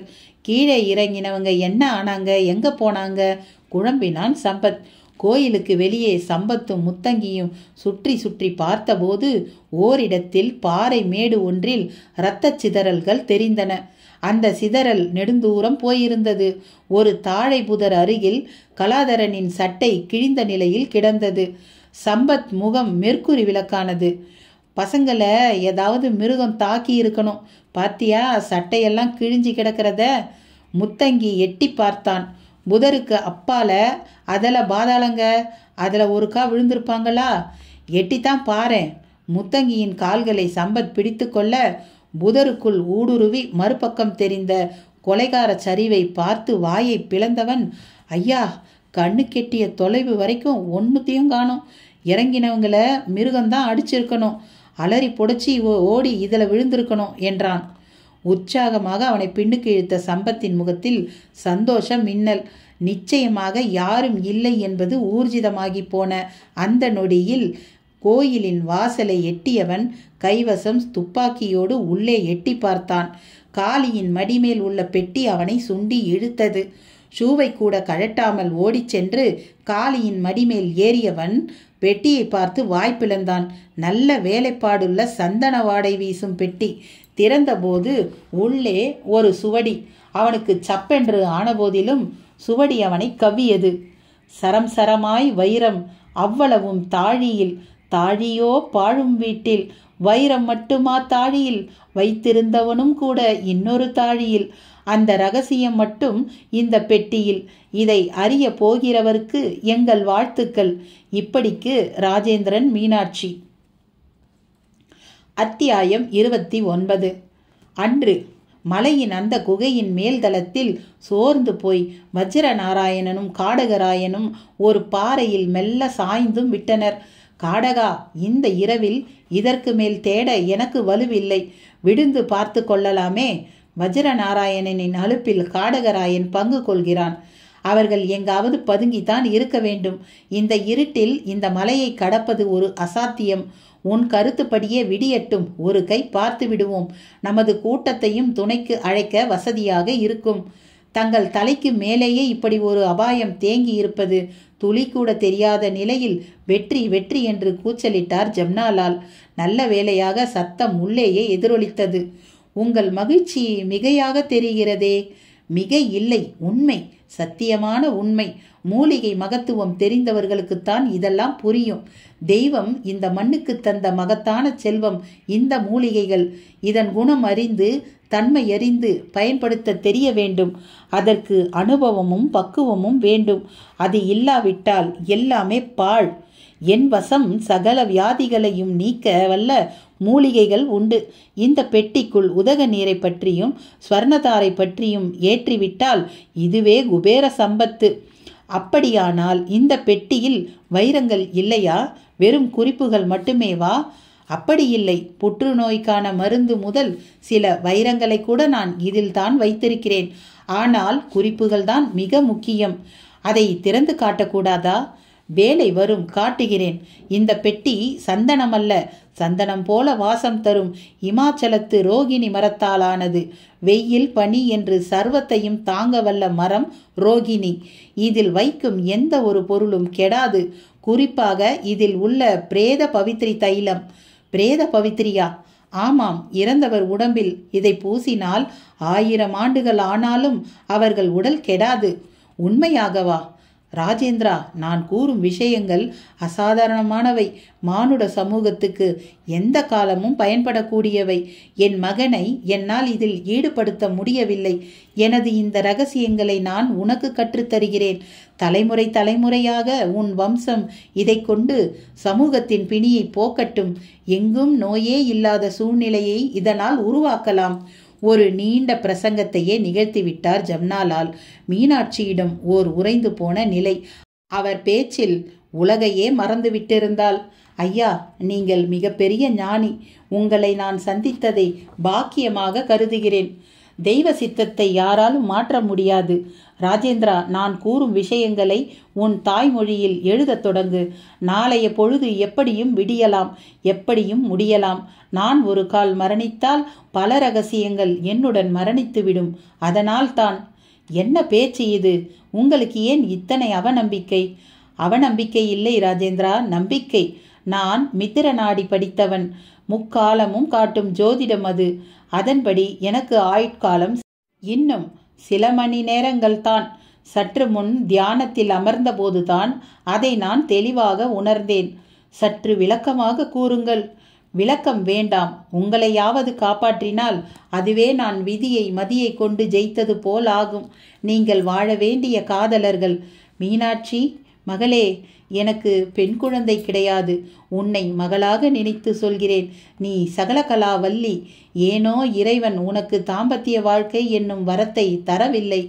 என் மரணத்துக்கு பிறகு நான் கூறிய விரதத்தை நீ தடையின்றி துவக்கிச் செய்.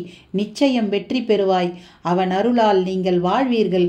உன் ஜாதகத்தில் உன் மரணத்தை என்னால் உணரவே முடியவில்லை. உனக்கு உன்னால் மரணம் நேரிட்டால்தான் ஆயிற்று போலும். தெய்வீக ஜாதகங்களை மனிதர்களால் உணர்வது மிக கடினம். அந்த குகைக்குள் ஜம்னாலால் உணர்த்திய செய்திகள் இருவரையும் திக்பிரமை பிடிக்க வைத்திருந்தது. ஒரு வேண்டுகோள் என்று ஜம்னாலால் பீடிக்கை போடவும் இருவரும் அவரை தீவிரமாக ஏறிட்டனர். நான் மரணித்த பின் என் உடலை எப்பாடுபட்டாவது என் மகனிடம் சேர்ப்பித்து விடுங்கள். அவன் மூலம் கொல்லி பெற்று நான் நரகம் தவிர்க்க விரும்புகிறேன். திருவிதாங்கூரில் அவன் மன்னரின் விருந்தாளியாக உள்ளான். பெயர் ரத்னன்லால். கடந்த 2 தினம் முன்பு கூட அவனிடமிருந்து ஒரு கடிதம். என்னை உடனே புறப்பட்டு திருவிதாங்கூர் வரச் சொல்லியிருந்தான் என்று தோள் பையிலிருந்து ஒரு ஓலையை எடுத்து அவர்கள் முன் காட்டினார் ஜம்னாலால். இருவரும் அந்த கடித ஓலையை பார்க்காமல் அவரையே பார்த்தனர். கண்களில் நீர்த்திரை. ஏன் அழுகிறீர்கள்?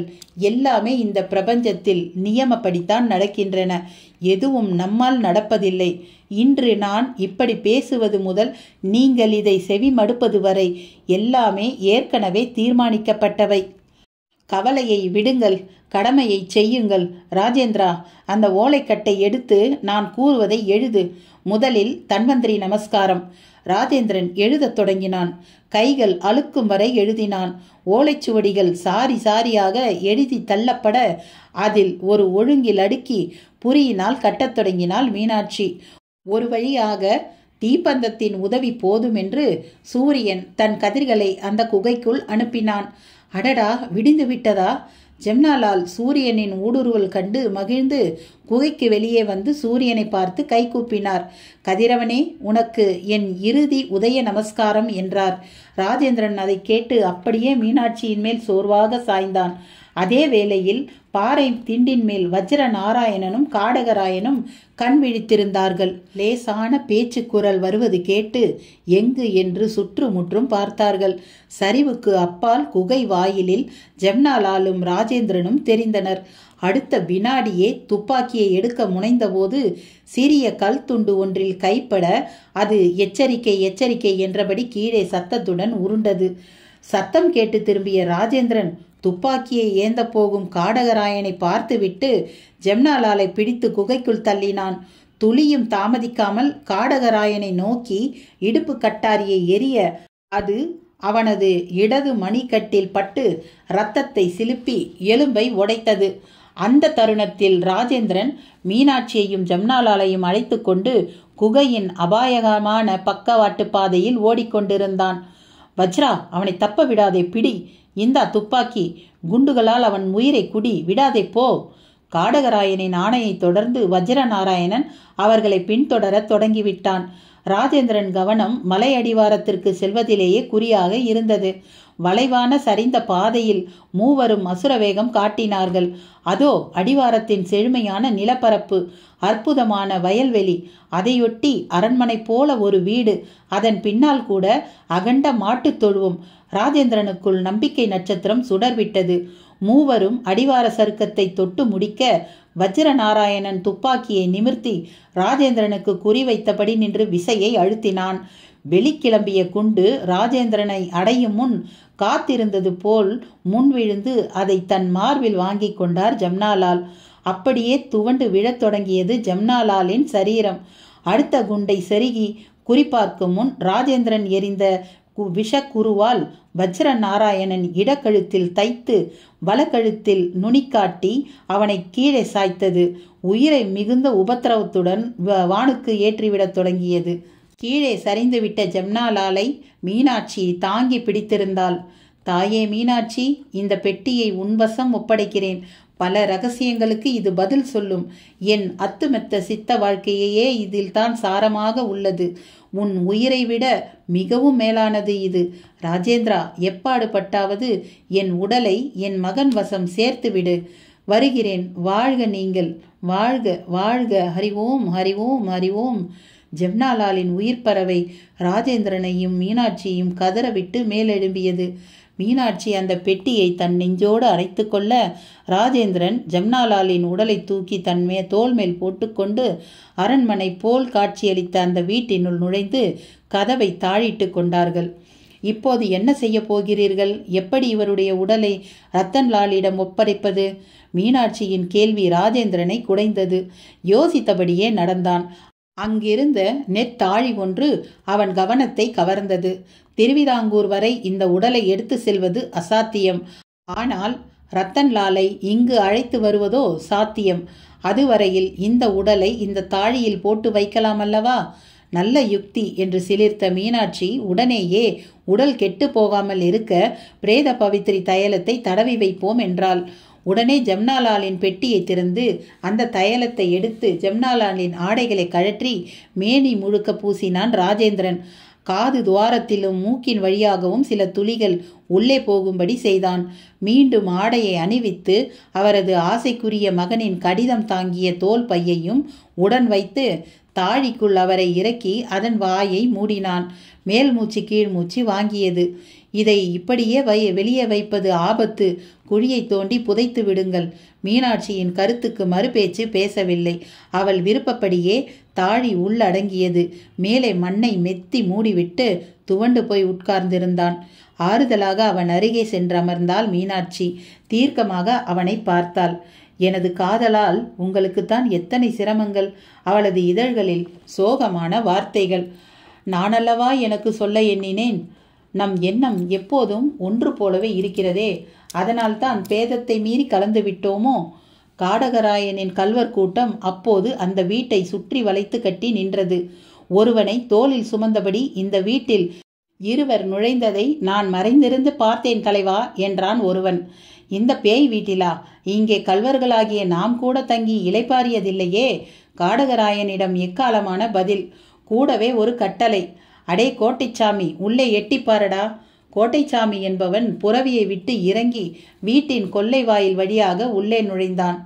இன்று சுவடியை படித்த சம்பத்தின் கண்களில் ஆர்வத்தி குபீரென படித்தது. டே முத்தங்கி, வைரம் இருக்கிற இடம் தெரிஞ்சு போச்சுடா. வைரம் இருக்கிற இடம் தெரிஞ்சு போச்சு. எங்க? அடிவாரத்து பாழும் வீட்டில் தாண்டா இருக்கு. அங்கத்தான் அந்த காலத்து மனுஷனோட பிணம் கிடைச்சிது. இப்போ அங்கத்தான் வைரமும் இருக்குதான். எந்த ராஜேந்திர மீனாட்சி கதையை ஊர் சொல்லுமோ அதே ராஜேந்திரனும் மீனாட்சியும் எழுதி வச்ச சுவடிடா இது. எல்லாம் சரி, அந்த பாரஸ்டரும் இன்னொரு பட்டணத்து தம்பியும் என்னங்க ஆனாங்க? ஒருவேளை அவங்களும் இதை பார்த்துருப்பாங்களோ? முத்தங்கியின் கேள்வியின் முன்னால் சிறிது நேரம் மௌனித்த சம்பத், நிச்சயம் பார்த்திருக்க மாட்டாங்க என்றபடி வாய் திறந்தான். எப்படி சொல்றீங்க? பார்த்திருந்தா இந்த தடயத்தை அப்படியே விட்டு வச்சுட்டு போவாங்களா? அப்படியே பார்த்திருந்தாலும் கவலை இல்லை, அவங்கத்தான் உயிரோட இல்லையே. தங்கமாணிக்கம் தன் கழுத்தில் சவரன் சவரனாக அப்போதே நகைகளை அணிவித்து கட்டிப்பிடித்து வாழ்த்த போவது போல் சம்பத்திடம் ஒரு மினி கற்பனை. சரி சரி, வா மேலே ஏறுவோம். அந்த பொண்ணை பார்த்து சொல்லு, வைரம் இருக்கிற இடம் மட்டுமா இப்போ தெரிஞ்சிருக்கு? 2 இடைஞ்சலும் ஒழிஞ்சிருச்சு. இன்னைக்கு தாண்டா எனக்கு தீபாவளி. அப்போதே வைரம் கிடைத்துவிட்ட சந்தோஷத்தோடு கயிற்றை பிடித்து கொண்டு மேலேற தொடங்கினான். அந்த பெட்டியும் சுவடியும் மிக பாதுகாப்பாக மேலே ஏறின. திவாகர் ஆவலாக பெட்டியை பார்த்தான். கிடைச்சிடுச்சா? தன் 32 பல்லையும் காட்டி சிரித்தான். கிடைச்ச மாதிரி தான். மாதிரினா? ஆமா. எங்க அந்த தடி பசங்க? பாவம்டாங்க, எந்த மிருகத்துக்கு பலியானாங்கன்னே தெரியல. என்னடா சொல்ற? அட ஏண்டா அந்த செத்த பயல்களை பற்றி பேசிக்கிட்டு. இனி இந்த பொண்ணு நம்ம முதலாளிக்குத்தான். முதலாளி யோகமான ஆள் தான். வைரமும் கிடைக்க போகுது. வைரம் போல இந்த பொண்ணும் கிடைக்க போகுது அவருக்கு. சம்பத்தின் பேச்சு ஜெயந்திக்குள் கிளியை மூட்டியது. கண்களில் நீர் கொப்பளிக்க அதுவரை நீர்த்து போயிருந்த முகம் மேலும் சோபை இழந்து மயங்கும் போல தோன்றியது. அவர்கள் அங்கிருந்து புறப்பட ஆரம்பித்தனர். தங்கமாணிக்கத்தின் காரும் அதை பின்தொடர்ந்து ஒரு வேனும் அந்த ஆளரவமற்ற பிராந்தியத்தில் நுழைந்து புழுதி புயலை கிளப்பியபடி அந்த பாழடைந்த வீட்டை நோக்கி விரைந்து கொண்டிருந்தன. வேனில் ஜெயந்தியும் மாரிமுத்துவும் மட்டும் பின்னால் இருந்தார்கள். அவர்களுக்கு காவலாக தங்கமாணிக்கத்தின் கையால் ஒருவன் முன்னே உட்கார்ந்திருந்தான். மாரிமுத்துவை ஜெயந்தி பார்த்தால் ரகசியமாக கூப்பிட்டாள். ஹே மாரிமுத்து, இங்கிருந்து எப்படியாவது தப்பணும் என்றாள் அவர்கள் காதோரமாக.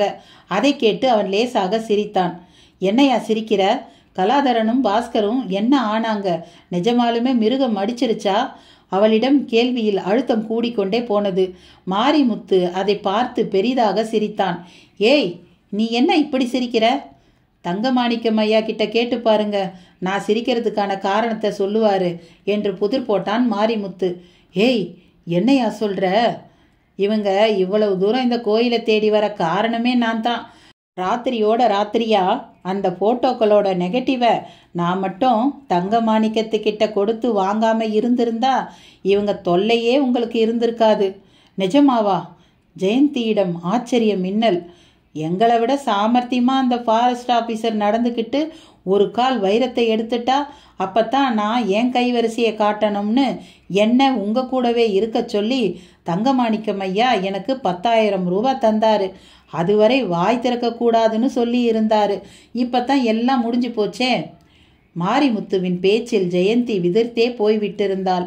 அந்த வீட்டின் முன்னிருந்த வாத மரத்தின் மேல் ஒரு காக்கை வண்டிகளின் அணிவகுப்பை பார்த்து சடைந்து போய் முறைக்க கம்பி கதவு கிரீச்சிட்டு திறந்தது. கிரீச் கிரீச் கிரீச். பூட்டி இருந்த வீட்டின் முன் கைவசம் மண்வெட்டி கடப்பாறை என்று ஒரு கூட்டம் காத்திருந்தது. தங்கமாணிக்கம் மைனர் செயினை நெகிழ்த்தியபடி இறங்கினார். ஆமா, எங்கடா அந்த பெட்டியும் ஓலையும்? தங்கமாணிக்கத்தின் கேள்விக்கு பதிலாக இரண்டும் மீண்டும் அவர் எதிரில் வந்தன. பல தடவைகளில் ஒரு தடவையாக அதை திரும்ப படித்தார். அந்த கால பழைய ஓலைத்தானா என்று சோதித்து பார்த்தார். போட்டோவில் தென்பட்ட பெட்டியோடு இதை ஒப்பீடு செய்து கூட பார்த்தார். எல்லாமே திருப்தி அளித்தன. ஆமா, அந்த பசங்க 2 பேரும் நிஜமாலுமே அவுட்டாடா? சம்பத்தை பார்த்து தன் சந்தேகத்தை கேள்வியாக்கினார். அதில் எனக்கு சந்தேகமே இல்லைங்க. திட்டு திட்டா ரத்தத்தையும் கிழிஞ்ச சட்டையையும் பார்த்தேனே. டெட் பாடியை கண்ணால் பார்த்தியா? ஏகாந்த பள்ளத்தில் எங்கெங்கே போய் பார்க்கறது? உன் வார்த்தையை நான் நம்புகிறேன். ஆனால் அவங்க உயிரோட திரும்பினாங்கன்னு தெரிஞ்சா நீ உயிரோட திரும்ப முடியாது, அது மட்டும் நிச்சயம். சரி, பூட்டை தர. சம்பத் துப்பாக்கியுடன் முன் சென்று பூட்டை தாக்கினான். டுமீல்! ஆவி பறக்க அவிழ்ந்து விழுந்தது. திறந்த கதவுக்கு அப்பால் கண்களை கரித்தது இருட்டு. இன்னும் எலக்ட்ரிக் கனெக்ஷன் வரலையா? கேள்வியோடு பிரவேசித்தார். டேய், எல்லாரும் பின்பக்கம் வாங்கடா. சம்பத் மற்றவர்களை விரட்டினான். ஜெயந்தி மெல்ல வேனிலிருந்து இறக்கப்பட்டாள். கண்ணீருடன் அந்த வீட்டை வெறுப்பாக பார்த்தாள். வாங்க மேடம், நீங்கள் வந்திருக்கிறது எனக்கு கொஞ்சம் சேஃப்டி கூட. யாராவது பார்த்தாலும் வீட்டுக்காரங்க கூட இருந்ததா சந்தேகப்பட மாட்டாங்க பாரு. அவளை இழுத்து கொண்டு அவரும் பின்பக்கமாக சென்றார். அதற்குள் மாரிமுத்து முன்பு ஜம்னாலாலை தோண்டி எடுத்த இடத்துக்கு மிக சமீபத்தில் கடப்பாறையை சொருகி இருந்தான். கூட வந்தவர்களும் சேர்ந்து கொண்டார்கள். டேய், வேகமாக மண்ணை வெட்டி போடுங்கடா.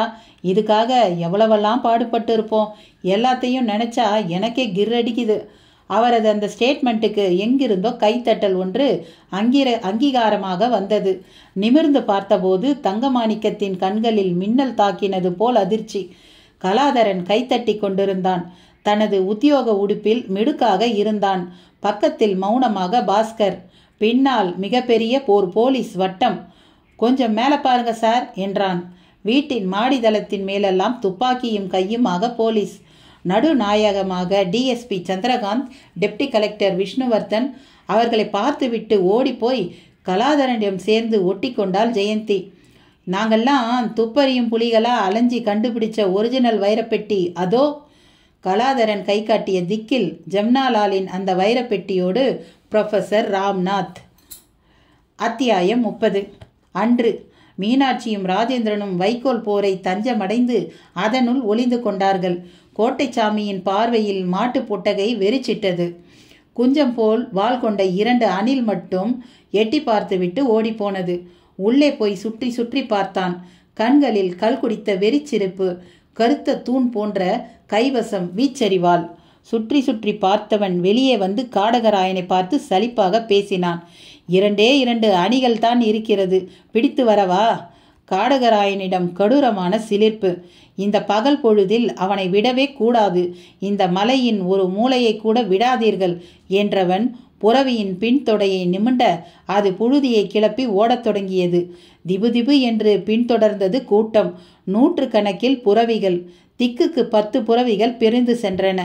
மலையில் தாவரங்கள் நடுவே வகிடடித்து சீறின. புறவிகள் அகன்றதைத் தொடர்ந்து மெல்ல எட்டி பார்த்த ராஜேந்திரன் ஒரு வினாடி விக்கித்து போனான். அடிவாரத்திலேயே ஒருவன் வட்டமடித்து கொண்டிருந்தான். நல்ல ராஜ கலையுள்ள அஷ்டமங்கல புறவி அவன் வசம் சிக்கி திணறி கொண்டிருந்தது. அது மலைப்பாதை மேல் ஏறாமல் கீழே இறங்கி வந்து அவனை சடைத்து கொண்டிருந்தது. மற்ற புறவிகள் வெகு தூரம் போய்விட்டன. அவனுக்கும் அதை அடக்கி இயக்க தெரியவில்லை. ராஜேந்திரனுக்குள் வேகமான ஒரு எண்ணம் அவனை பிடித்து வெளியே தள்ளியது. அந்த புறவி கல்லனை நோக்கி ஓடினான். நிராயுதபாணியான தோற்றம். எதிர்பாராமல் ராஜேந்திரனை பார்த்த கல்லனுக்கு தூக்கி வாரி போட்டது. ஆவேசத்துடன் கைவசத்து வீச்சரிவாளை சுழற்றி கொண்டு ராஜேந்திரனை நோக்கி புறவியை செலுத்த தொடங்கினான். அருகில் வரவும் வீச்சரிவாளை சுழற்றி எறிந்தான். அதற்காகவே காத்திருந்த ராஜேந்திரன் லாவகமாக தப்பித்து அதை திரும்ப எடுத்து நிமிர அவனை தாண்டி சென்ற புறவி இப்போது அதே ஆவேசத்தோடு திரும்பி வர தொடங்கியது. வரும் அந்த கல்லனின் மார்பில் இளநீரை தைப்பது போல ராஜேந்திரன் எறிந்த அரிவாள் தைத்து சாய்க்க அந்த புறவி தனிமையில் திணறி சிறிது தூரம் ஓடியது. தேங்கி நின்று வாளை குழைத்தபடி 2 கால்களை தூக்கி கனைத்தது. ராஜேந்திரன் ஓடிச் சென்று அதன் மேல் ஏறினான். வீட்டின் கொல்லைக்கதவின் வழியே மீனாட்சி கைவசம் பெட்டியுடன் கவலை தோய காத்திருந்தாள். புறவி மீது அமர்ந்து கம்பீரமாக வரும் ராஜேந்திரனை பார்த்து நிம்மதி பெருமூச்சு விட்டாள். அவன் அவளை நெருங்கி அவள் இடுப்பில் லாவகமாக கை கொடுத்து தூக்கி முன்னால் தன் தொடை மீது அமர்வித்து கொண்டான். லகானை சுண்டி பண்பொழிக்கு செல்ல வேண்டிய அதை விரட்டினான். அதற்குள் மேலேறி கொண்டிருந்த ஒரு கூட்டம் இதை பார்த்துவிட்டு தங்கள் போக்கை மாற்றி கீழே இறங்க தொடங்கியது. ஐயோ, அவர்கள் எதிரில் வருகிறார்கள், நீங்கள் துணிச்சலாக செல்கிறீர்களே. மீனாட்சி அலறினாள். கவலைப்படாதே, இந்த மலைத்தடத்தின் மர்மமான 5 வழித்தடங்களில் அவர்களை சிக்க வைப்பேன். 5 வழிகளிலும் இன்று நமது புரவி பாய போகிறது. 3க்குத்தான் வெளியேறி செல்லும் வாசல்கள். அதிலும் ஒன்றுதான் மறுபுறத்துக்கு நம்மை இட்டு செல்லும். அது எது என்று எனக்கு மட்டுமே தெரியும். இவர்களை கூண்டோடு அழிக்க இதுதான் நல்ல சந்தர்ப்பம். நமது பாளையங்களும் கல்வர் பயமே இல்லாமல் திகழும். ஆக்ரோஷத்தோடு புரவியை செலுத்தியபடியே அவன் பேசிய பேச்சு மீனாட்சியை கலவரப்படுத்தியது. முதல் பாதை மரணப்பள்ளம் பக்கமாக இட்டு சென்றது. செடி கொடிகளை குடைந்து அதில் பிரவேசித்து தன் புரவியின் பின்னால் ஆவேசமாக ஒரு கூட்டம் திமுதிமு என்று வருவதை பார்த்தான். குறிப்பிட்ட தூரம் வரை சென்றவன் லகானை பட்டென்று வளைத்து பக்கவாட்டில் திருப்பினான். வந்தவர்களோ அந்த திருப்பத்தை சற்றும் எதிர்பார்க்காமல் குழம்ப வேகமாக வந்த அந்த புரவிகள் சட்டென்று நிற்க முடியாமல் ராஜேந்திரன் திரும்பிய இடத்தை தாண்டி சென்று அங்கே சரிய தொடங்கின. அது தொடங்கிவிட்ட நிலப்பரப்பில் நிதானமின்றி இறங்கி குதிரைகள் எல்லாம் தலைக்குப்பிற விழத் தொடங்கின. இதற்குள் இன்னொரு கூட்டம் வெறித்தனமாக துரத்தத் தொடங்கியது. மலைச்சரிவின் மரக்கூட்டங்களில் ஆவேச நுழைவு காட்டியது. குளம்படி சத்தத்தால் மலை பிராந்தியமே நடுங்கத் தொடங்கியது. மரக்குரங்குகள் இதயம் நடுங்க வேடிக்கை பார்த்தன. ஒரு தனி பாதையில் மேலேறி கொண்டிருந்த காடகராயன் உயரமான மேட்டின் மேல் நின்று இவ்வளவையும் பார்த்து கையை பிசைந்து கொண்டிருந்தான். ஒரு வழியாக 5 பாதைகளில் மாறி மாறி சென்று போக்கு காட்டி சகலரையும் துவட்டி போட்டுவிட்டு பிரதானமான வழிக்கு திரும்பி மேலேறிடத் தொடங்கிய ராஜேந்திரன் ஒரு கட்டத்தில் அப்படியே திமிரி புரவியை நிறுத்தினான். எதிரே கடுஞ்சிரிப்போடு கைவசம் நீண்ட குழல் துப்பாக்கி சகிதம் காடகராயன். ராஜேந்திரா, சாவதற்கு முன் ஓடி விளையாடுவோமே என்று விளையாடி பார்க்கிறாயா? அவனிடமிருந்து எக்காலமான கேள்வி. ராஜேந்திரன் அவனை முறைக்க மீனாட்சியின் கைப்பெட்டியை பார்த்து காடகராயன் விழிகள் ஆவலாய் பிரகாசித்து விரிந்தன. அடேடே, இதுதான் அந்த வடக்கத்தியன் வைத்திருந்த வைரப்பெட்டியா? ஆமாம், அவன் எங்கே? கேள்வியோடு துப்பாக்கியை ஏந்தி பிடித்தபடியே அவர்களை நெருங்கத் தொடங்கினான். ராஜேந்திரனுக்குள் எச்சரிக்கை படுவேகமாக செயல்படத் தொடங்கியது. சட்டென்று புரவியை உதைத்து திருப்பி ஓடத் தொடங்கினான். ஓடாதே, நில், சுட்டு விடுவேன். காடகராயனின் புலம்பலை பொருட்படுத்தாமல் ராஜேந்திரனின் புரவி வேகம் எடுத்தது. காடகராயன் முகம் சிவந்து போனது. கைகள் மேலே உயர்த்தி துப்பாக்கியின் விசையை அழுத்த அது ராஜேந்திரனின் நடு முதுகினை சென்று தாக்கியது. அம்மா! புரவி பயணத்தின் ஊடே அவன் உதட்டில் தீனமான அலறல். முன்னால் இருக்கும் மீனாட்சி திகைத்து போய் கதற புரவியை பிடித்த அவனது பிடி தளர்ந்து போனது. வாயில் நுரை ததும்ப புரவியும் சோர்ந்து நின்றது. கீழே குதித்த மீனாட்சி முதுகில் குருதி வழிய புரவி மேல் வலியுடன் வெறித்தவனை பார்த்து பதறத் தொடங்கினாள். மீனாட்சி, என்னை கைத்தாங்களாக கீழே இறக்கு என்றான் அவன். கீழே இறங்கியவன் சுற்றுமுற்றும் பார்த்துவிட்டு முனங்களோடு வாய் திறந்தான். மரண குகைக்கு இட்டு செல்லும் 4வது பாதை இது. பள்ளத்தின் மேல் லிங்கக்குறி அடையாளத்துக்காக பொறிக்கப்பட்டிருக்கும். சில சித்தர்கள் மட்டும் அதில் எப்படியோ இறங்கி ஏறுவதை பார்த்திருக்கிறேன். அவர்கள் ஒளிந்தும் ஒதுங்கியும் வாழ ஏற்ற இடம். மற்றவர்கள் அத்தனை சுலபத்தில் அதில் இறங்கி ஏற முடியாது. உடனடியாக நாம் அங்கு செல்வோம். விரைவாக நட என்று அவள் தோள் மேல் சரிந்தபடி நடக்கத் தொடங்கினான். அவர்களை காடகராயன் பின்தொடர்ந்து வருவது தெளிவாக காதில் விழுந்தது. சீக்கிரம் மீனாட்சி, அவன் வசம் சிக்கினால் நம் எண்ணம் அவ்வளவும் பாழாகிவிடும். மீனாட்சி வேக வேகமாக நடந்தாள். அரண்மனையின் சாந்து பூசிய வழவழப்பான நிலப்பரப்பில் நடந்தே பழக்கப்பட்ட மீனாட்சியின் கால்கள் கல்லிலும் முள்ளிலும் நிரடி படர்ந்தன. கண்களில் நீர் அலை. உங்களை நினைக்க கவலையாக இருக்கிறது. முதுகில் இரத்தம் ஆறாய் பெருகி வழிகிறதே, என்ன செய்யட்டும்? முதலில் பள்ளத்தில் பதுங்குவோம். மற்றதை என் உயிர் நிலைப்பட்டால் பேசிக்கொள்ளலாம். அப்படி சொல்லாதீர்கள். அவன் வாயை பொத்தியவள் பள்ளத்தின் விளிம்பை எட்டிவிட்டிருந்தாள். லிங்கக்குறி பளிச்சென்று தெரிந்தது. ராஜேந்திரன் துளியும் தாமதிக்காமல் அவளை கட்டிக்கொண்டு பள்ளத்தில் குதித்தான். உடம்பை புதர்களின் கிளைகள் குத்தி கிழித்து காயப்படுத்த ஒரு உச்சியில் இருந்து பெயர்ந்து விழும் கல் போல் இருவரும் கீழே விழ காலை நனைத்தது அருவி ஒன்றின் நீர்ப்போக்கு. அங்கே சூரிய கதிர்களின் நுழைவு.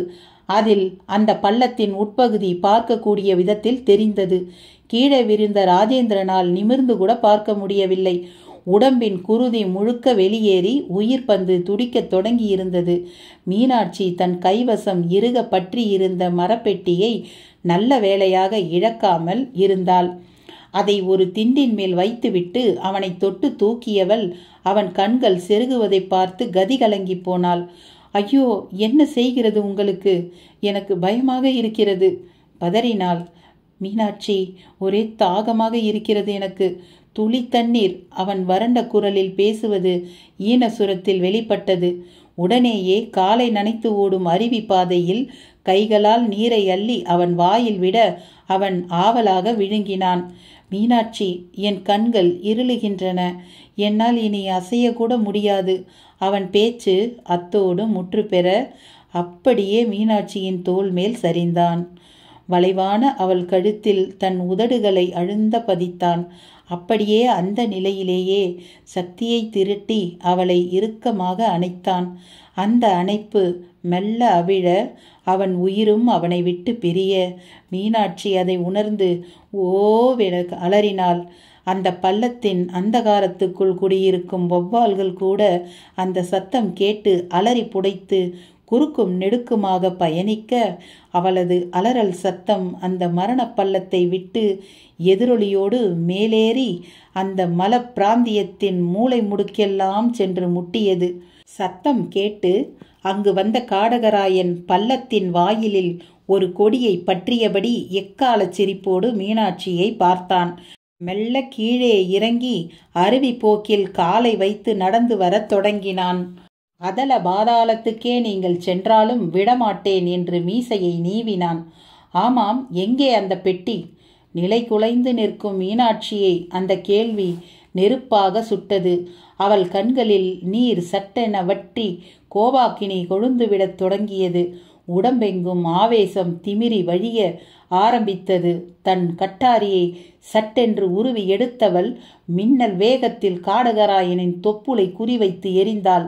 துளியும் தவறாமல் அது அந்த உயிர் துடிப்பான இடத்தை ஆழமாக சென்று தைக்கவும் அப்படியே நின்ற இடத்தில் மேலும் ஒரு அடி கூட எடுத்து வைக்க முடியாமல் தடுமாறியவன் முன்பக்கமாக விழ கட்டாரி மேலும் உள்ளே ஏறி முதுகு பக்கமாக தன் முனையை காட்டி நின்றது.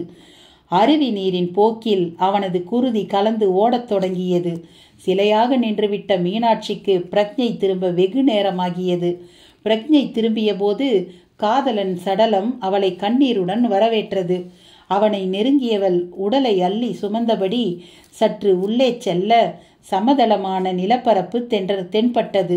அதில் அவனை கிடத்திவிட்டு அவன் மார்பின் மேல் முகம் புதைத்து அடக்கமாட்டாத துக்கத்துடன் அழத் தொடங்கினாள். அவன் தலைமுடியை அழற்றி கன்னத்தில் முத்தமிட்டாள். கண்களை திறந்த நிலையில் ஒரு வீரனாய் மரணித்து விட்டிருந்த அவனது பால் முகம் அவளை பிசைந்தது. உங்களை நான் பிரிந்து இந்த உலகத்தில் வாழ்வதா? மனதில் கேள்வி விஸ்வரூபம் எடுத்தது. அன்பே, உங்களோடு நானும் வருகிறேன். என்னால் இந்த உலகில் வாழ இயலாது. ஆவேசத்துடன் எழுந்தவள் காடகராயனின் சடலத்தை இழுத்து வந்து ஒரு பாறை மேல் கிடத்திவிட்டு அவன் வயிற்றில் பாய்த்திருந்த கட்டாரியை தனது தற்கொலைக்கான ஆயுதமாக கருதி உருவி வெளியே எடுத்தாள். அப்போது காலை இடறியது அந்த பெட்டி. என்னை என்ன செய்ய போகிறாய் என்று அது கேட்பது போல் பட்டது. இன்று அந்த ஆடிட்டோரியம் ஜனத்திரளில் நிரம்பி தழும்பி கொண்டிருந்தது. ஆலிவ் கிரீன் சிறைச்சிலைக்கு முன்பாக அலங்காரமான மேடை. அதில் நடுநாயகமாக ராம்நாத். பக்கத்து நாற்காலி மட்டும் கவர்னருக்காக காத்து கொண்டிருக்க மற்ற நாற்காலிகளில் துணைவேந்தர்கள், அறிஞர்கள், எழுத்தாளர்கள் என்று ஒரு நீண்ட வரிசை. கேமரா பிளாஷ் இடைவிடாமல் இயங்கிக் கொண்டிருந்தது. டிவி கேமராமேன் கோணம் பார்த்தபடி நகர்த்தி கொண்டிருந்தார். சூரியனை மிக சமீபத்து விட்ட மாதிரி ஒரு வெளிச்சம். மேடைக்கு முன்னால் முதல் வரிசையில் பாஸ்கரும் ஜெயந்தியும் அமர்ந்திருந்தனர். கலாதரன் இன்னும் வந்திருக்கவில்லை. ஏறத்தாழ 240 ஆண்டுகளுக்கு முன்பு ஜீவனுடன் நடமாடி கொண்டிருந்த ஜம்னாலாலின் கெட்டுப்போகாத அந்த சடலம் ஆடிட்டோரிய வளாகத்தில் கண்ணாடி பெட்டியில் வைக்கப்பட்டிருந்தது. அது பார்ப்பவர்களை வியப்புக்குள் தூக்கி போட்டு புரட்டி கொண்டிருந்தது. பக்கத்திலேயே போக்கஸ் செய்த லைட் வெளிச்சத்தில் பாதுகாப்பாக அந்த வைரப்பெட்டி. நான் கூட இந்த பக்கம் வரும் சந்தர்ப்பங்களில் ராஜேந்திரன் மீனாட்சியின் சோகமயமான காதல் கதை பற்றி கேள்விப்பட்டிருக்கிறேன். திரிகூடமலையின் நெடிய சருக்கங்களில் எங்கோ ஓரிடத்தில் வைரப்பெட்டி இருப்பதாகவும் அதை பலர் தேடி போவதுண்டு என்றும் அறிந்திருக்கிறேன். காலம் காலமாக பேசப்பட்ட இந்த கதை இன்று உண்மையாகிவிட்டதை பேராசிரியர் ராம்நாத் மூலம் பார்க்கிறேன். சரித்திர பேராசிரியர் ஒருவர் தன் நண்பரிடம் சொல்லிக் கொண்டிருந்தார். கலாதரன் எங்கே? ஜெயந்தி அடிக்கடி அவனுக்காக வாசலை பார்த்து கொண்டிருந்தாள். அவன் துணையால் தானே இத்தனை தூரம் பாதுகாப்பாக கொண்டு வர முடிந்தது. சீரியல் விளக்குகளால் இந்திர சபை போல் உருமாறிவிட்டிருந்த ஆடிட்டோரியம் முன்வாசலில் வாகனங்களின் திமுதிமுப்புகள், பிரபலங்களின் படையெடுப்பை உத்தேசித்த பலமான போலீஸ் காவல், நோட்டு புத்தகமும் கையுமாக நிருபர்களின் ஊடாடல்கள். லேசாக இருட்டத் தொடங்கிவிட்ட அந்த மாலை வேளையில் அங்கே கலாதரனின் ஜீப் லாவகமாக உள்நுழைந்திருந்தது. டிபார்ட்மெண்ட் உடுப்பில் கம்பீரமாக இறங்கியவனை பார்த்த மாத்திரத்தில் நிருபர்களிடம் பாய்ச்சல். போலீஸ் அதிகாரிகளோ அவனை சிநேகமாக பார்த்து சிரித்தார்கள். நிருபர்களின் கேள்விகளாலும் கேமராக்களின் ஃபிளாஷிலும் திணறினான் கலாதரன். அவனுடைய மணிக்கட்டில் சிறிய அந்த பேண்டேஜை மீறி சிவந்த ரத்தமும் ஆவலாக எட்டி பார்த்திருந்தது. சார், என்ன இது ரத்தம்? Anything serious? நிருபர் ஒருவர் கேட்டார். நோ, எங்க அட்வென்ச்சரோட ஞாபக சின்னம் இது. சார், செத்து போயிட்டு தான் நினைச்ச ராம்நாத்தை நீங்க எங்க பார்த்தீங்க, எப்படி பார்த்தீங்க, இந்த பெட்டியை எப்படி கண்டுபிடிச்சிங்க அப்படிங்கிறதெல்லாம் இன்னும் நீங்க தெளிவாகவே சொல்லலையே. ப்ளீஸ் கொஞ்சம் விரிவாக சொல்லலாம் இல்லையா? ஜிப்பா நிருபர் ஒருவர் கெஞ்சலில் கலாதரனுக்கு லேசாக சிரிப்பு வந்தது. கூடவே திகைப்பும் வந்தது. ஃபங்க்ஷனுக்கு பிறகு உங்க கூட விரிவான ஒரு டிஸ்கஷனுக்கு நான் தயார். ஒரு ப்ரெஸ் மீட் ஏற்பாடு செய்வோம். இப்ப வேண்டாம், கவர்னர் வர்ற நேரம். அவன் உள்ளே நுழைந்து முன்வரிசைக்கு போக ஜெயந்தி இழுத்து தன் பக்கத்தில் அமர்த்தி கொண்டாள். ஏன் லேட் என்று பாஸ்கர் பார்வையாலேயே கேட்டான். மேடை திரும்பவும் முழங்க ஆரம்பிக்க ராம்நாத்தையே பார்த்தான் கலாதரன். வெறும் கற்பனை என்று கருதப்பட்டிருந்த ஒன்றை விடாப்பிடியாகவும் மிக புத்திசாலித்தனமாகவும் அவர் நிஜப்படுத்திவிட்டதை நினைத்து பிரமிப்பாக இருந்தது. ஆடிட்டோரியத்தின் கூட்டத்தின் கைத்தட்டலுக்கிடையே கவர்னர் வந்து தன் இடத்தில் அமர்ந்தார். வந்தவர்களை வாழ்த்தி பேசிய துணைவேந்தர் பொன்னாடை போர்த்தி ராம்நாத்தை கௌரவப்படுத்த கவர்னரை கேட்டுக்கொண்டார். கண்களில் துளிர்த்த நீரோடு ஜெயந்தியும் மற்றவர்களும் நிகழ்ச்சியை பார்த்து பரவசப்பட்டு போனார்கள். கைத்தட்டல் வானை எட்டியது. ராம்நாத் தன் நன்றி உரையை தொடங்கினார். எல்லோருக்கும் வணக்கம் என்று எளிமையாக பேச்சை துவக்கினார். இது எனக்கு 3வது ஜென்மம். இப்படியெல்லாம் எனக்கு கௌரவம் கிடைக்கணும்னு இருக்கு. அதனால தான் புதைகுழியில விழுந்த நான் சாக போற கடைசி நிமிஷத்துல ஒரு பளிங்க சிறுவனால காப்பாற்றப்பட்டிருக்கேன் போலிருக்கு. அந்த மலை பளிங்கனின் அன்பு என்னுடைய இந்த சாதனைக்கு முக்கிய காரணம். அவர்களால தான் என் வேட்டையை நான் செம்மையா செய்ய முடிஞ்சது. எந்த மரண பள்ளத்துல நான் விழுந்தேனோ அதுல திரும்பவும் உட்புகுந்து ஆராய முடிந்தது. இதுல ஃபாரஸ்ட் ரேஞ்சர் ஆபீசர் கலாதரனின் பணியும் மகத்தானது. கடைசி கட்டத்துல வந்த ஒரு பேராபத்துல இருந்து அவர்தான் என்னையும் நான் கண்டெடுத்த பெட்டியையும் காப்பாத்தினார். சாண்டிங்கிற நாய்க்கு கூட நான் கடமைப்பட்டிருக்கிறேன். என்னோட தேடல் விறுவிறுப்பான ஒரு மர்ம நாவலை போன்றது. நான் கண்டெடுத்த ஜெம்னாலால்ங்கிற மனிதரின் பிரேதம் உங்களுக்கெல்லாம் அதிசயமாக தெரியலாம். எனக்கு அவர் வாழ்க்கையே ஒரு அதிசயம். வைரப்பெட்டி என்று மற்றவர்களால் கருதப்பட்டும் அழைக்கப்பட்டும் வந்த அவரது அந்த வைரப்பெட்டிக்குள் வைரமில்லை என்பது ஒரு திடுக்கிடும் உண்மை. ஆனால் வைரத்தை விட விலை மதிப்பான, ஏன் விலை மதிக்கவே முடியாத விஷயங்களை அதன் மூலம் நாம் பெற்றிருப்பதை நினைக்கும் போதே பெருமகிழ்ச்சி அடைகிறேன். இன்றைய இந்திய மருத்துவ உலகின் பார்வை அந்த பெட்டி எடுத்து தந்திருக்கும் சுவடிகளில் தான் இருக்கிறது. உங்களுக்கெல்லாம் என்னோட ஒரு பணிவான வேண்டுகோள். ஒரு சிறு புல்லை கூட இனி உங்கள் கைகள் பிடுங்கி எரியக்கூடாது. அது கூட ஒரு மூலிகையாக பயன்படலாம்.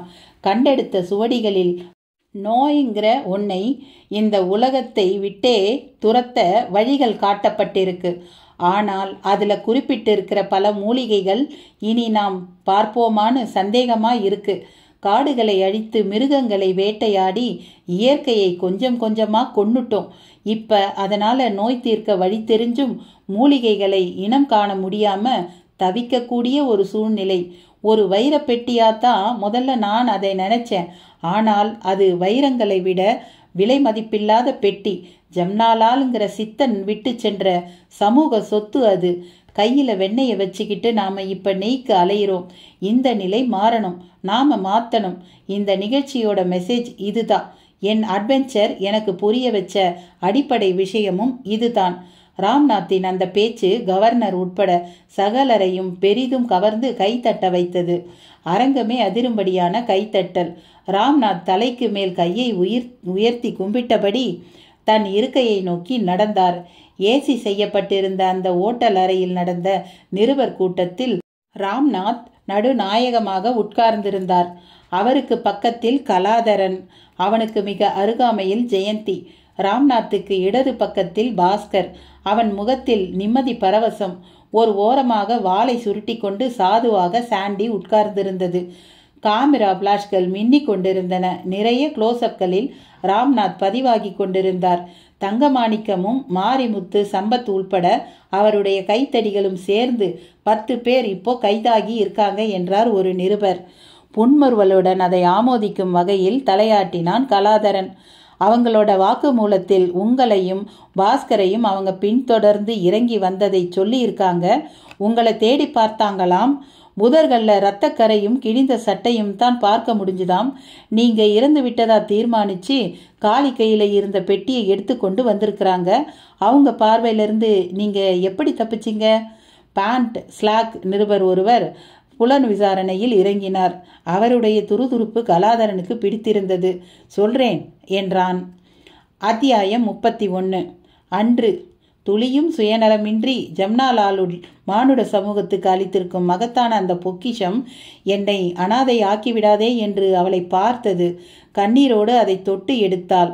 தகுந்த மனிதன் வசம் அந்த பெட்டி சென்று சேர்ந்து மனித சமூகமே பலனடைய வேண்டும் என்று ஜம்னாலால் சொன்னது அவளுக்குள் ஓடி அடங்கியது. மிகப்பெரிய கடமை தனக்கு இருப்பதை நினைத்தவள் மனதை தேற்றிக்கொண்டு நிமிர்ந்தாள். பள்ளத்திலிருந்து உச்சியை அண்ணாந்து நோக்கினாள். மேலே ஏறுவது அசாத்தியம் என்று தோன்றியது. ஆயினும் மனோவெறி பிடித்து தள்ளியது. ஒரு நெடிய போராட்டத்திற்கு பின் அங்குல அங்குலமாக மேலேறி பெட்டியுடன் வெளிப்பட்டவளுக்கு பிரண்டை செடிகள் பெரிதும் உதவின. அங்கு ஒரு புதரின் அருகே பன்றி வேட்டைக்கு வந்திருக்கும் 2 பளிங்கர்கள் தென்பட்டார்கள். மீனாட்சி அவர்கள் அருகே சென்று நின்றாள். கொடிய அந்த மலைத்தளத்தில் கொடி போல் ஒரு பெண்ணை பார்த்த அவர்களுக்கு திகைப்பு. ஆறுதாயி நீயே? அவர்களிடம் கேள்வி. அதை நான் மெல்ல சொல்லுவேன். என்னை 7 கல் பாறை தாண்டி சங்கிலியம்மன் கோவிலுக்கு அழைத்து செல்லுங்கள். வேண்டாம் தாயி, எங்க சனங்களே இப்ப அங்க போக முடியறதில்ல. நான் போக விரும்புகிறேன். உங்களுக்கு உங்கள் தெய்வத்தின் மேல் நம்பிக்கை இல்லையா? அதற்கு மேல் அவர்கள் பேச விரும்பவில்லை. முன்னால் நடக்க தொடங்கி இருந்தார்கள். பேச்சும் தொடங்கியது. நீ யார் தாயி? சொல்லலையே. நான் ஒரு அனாதை. நம்ப முடியலையே. பார்த்தா இளவரசி மாதிரி இருக்கியே. அப்படி கூட வைத்து கொள்ளுங்கள். ஆமா, ஏன் சோகமா இருக்க? வாடின பூ மாதிரி. வாடிய பூவை விட மோசமாக என்று சொல்லுங்கள். அழுகை அவளிடம் பீறிட்டது. அவர்கள் முன்னே செல்ல வழித்தடங்களை கூர்ந்து நோக்கியபடியே அவர்களுடன் தொடர்ந்தாள். முன்னே ராஜேந்திரன் அறிமுகப்படுத்திய 7 கல் பாறை நல்ல பகல் வெளிச்சத்தில் தலை காட்டியது. அசுரனின் 7 தலைகளை வெட்டி வைத்த மாதிரி. தாயி, இங்கிருந்து அதோ தெரியுது பார், பாறை மேடு. அதுக்கு அப்பாலத்தான் இருக்குது சங்கிலி கோயில். போறது ரொம்ப கஷ்டம். இந்த உலகத்துல வாழ்வதை விடவா கடினம்? ஆமாம், முறையான பாதையே கிடையாதா? இருந்துச்சு, இடி மழையில தூந்து போச்சு. ஆத்தாலும் ரொம்ப சக்தியானவ. எங்க சனங்க கிட்டையும் தப்பு தண்டா பெருகிட்டதால அவத்தான் இப்படி வழியை அழைச்சிட்டதா பேசிக்கிறாங்க.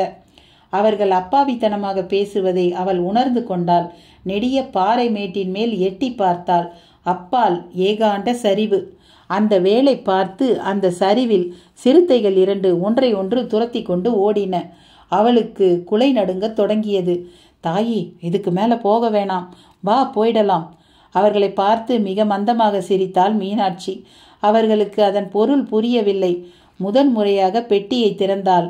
சில வைரங்கள், சில மருந்து குப்பிகள், சில மூலிகை தண்டுகள், மற்றபடி ஜம்னாலாலும் ராஜேந்திரனும் எழுதிய ஓலைக்கட்டுகளால் அது நிரம்பி வழிந்தது. வைரக்கற்களை எடுத்து அவர்கள் வசம் தந்தாள். என்ன இது? விவரம் தெரிந்தவர்களிடம் காட்டி கேளுங்கள், வைரம் என்பார்கள். வைரமா? அவர்கள் திறந்த வாயை மூடவில்லை. இனி நீங்கள் போகலாம் என்றாள். நீ கூப்பிட்டாலும் நாங்கள் கோயிலுக்கு வரமாட்டோம். சிறுத்தையை பார்த்துட்டு வர நாங்கள் என்ன முட்டாளா? அவர்கள் திரும்பி ஓடினார்கள். பெட்டியை மீண்டும் பார்த்தாள். ஒரு மித்திரநாடி குறிப்பு பளிச்சிட்டது. செயலோடு செயலாக ஜம்னாலால் சொல்ல ராஜேந்திரன் எழுதியிருந்தான். அப்போதுதான் அவள் கவனத்துக்கே வந்தது. ஒரு பிரஜோத்பத்தியில் ஒரு நாளில் நாங்கள் சேர்வோம். அதுகாரும் அம்பிகையின் மடிமேல் அடைக்கலமாவோம். அடைக்கலமாய் அங்கையர்கண்ணி எம்மை சேர்ந்திடுவாள். சேர்ந்ததை குறி சித்திரமாய் வார்த்திடுவாள். வார்த்தவள் வாழ்க்கையோ வாடிப்போகும். சரித்திரமோ அவளை வாழ்த்தி பேசும். அதை படித்த மீனாட்சிக்கு புல்லரித்தது. ஜம்னாலால் தான் எத்தனை தீர்க்கமான ஒரு தீர்க்கதரிசி! நடக்கப் போவதை இப்படியா முன்கூட்டியே உணர்ந்து இறந்தும் வழிகாட்டுவார்? சோகம் இறுக்கி பிசையும் அந்த வேளையிலும் இயற்கையின் அந்த அதிசயங்கள் அவளை நெகிழ்த்தின. இந்த பெட்டி பாதுகாப்பாக அம்பிகையின் வசம் இருப்பது தான் நல்லது. உரியவர்கள் வரும் வரை அவள்தான் நிலையான பாதுகாப்பை தர முடியும். துணிவுடன் சரிவில் இறங்க ஆரம்பித்தாள். அருகாமை மரத்து கொடிகளும் விழுதுகளும் துணை செய்தன. சரிவின் முடிவில் நீர்ப்பள்ளம். பாறை சரிவில் பெய்யும் மழை அங்கே தேங்கி கிடப்பது புரிந்தது. நீர்ப்பள்ளத்தை நீந்தி கரையேற தென்பட்டது அகோர சங்கிலியம்மனின் குகை கோயில். உள்ளே திருக்காளியின் ஊர்த்தவ நாட்டிய காட்சி. பூஜைகள் கண்டு ஆண்டு பலவாகிவிட்டதை ஆலயத்தை அணி செய்யும் சிலந்தி கூட்டினால் அறிய முடிந்தது. உள்ளே மிருகக்கழிவின் வாடை. அவை தங்களின் சயன அறையாக அதை தூக்கி கொண்டு விட்டது தெரிந்தது. காளி தன் கரங்களால் நாட்டிய சொரூபம் காட்டி சிவந்த நாக்கை வெளித்தள்ளி வா மகளே வா என்று கூறுவது போல் பட்டது. பெட்டியை ஏந்தி கொள்வதற்காகவே ஒரு கரம் பெரிதாக இருப்பது போல் பட்டது. காலடியில் குங்குமமும் விபூதியும் கலந்து கிடக்கும் அஞ்சரை பெட்டி. சற்று தள்ளி காளியின் வஸ்திராபரண பெட்டி. அதன் பிடிகள் துருவேறி இருந்தன. வஸ்திராபரண பெட்டியை திறந்தாள். அந்த பெட்டிக்குள் தான் கொண்டு வந்த பெட்டியை வைத்தவள் குங்கும மரப்பெட்டியின் மேல் தனது கட்டாரியால் ஒரு நட்சத்திர குறி பொறித்தாள்.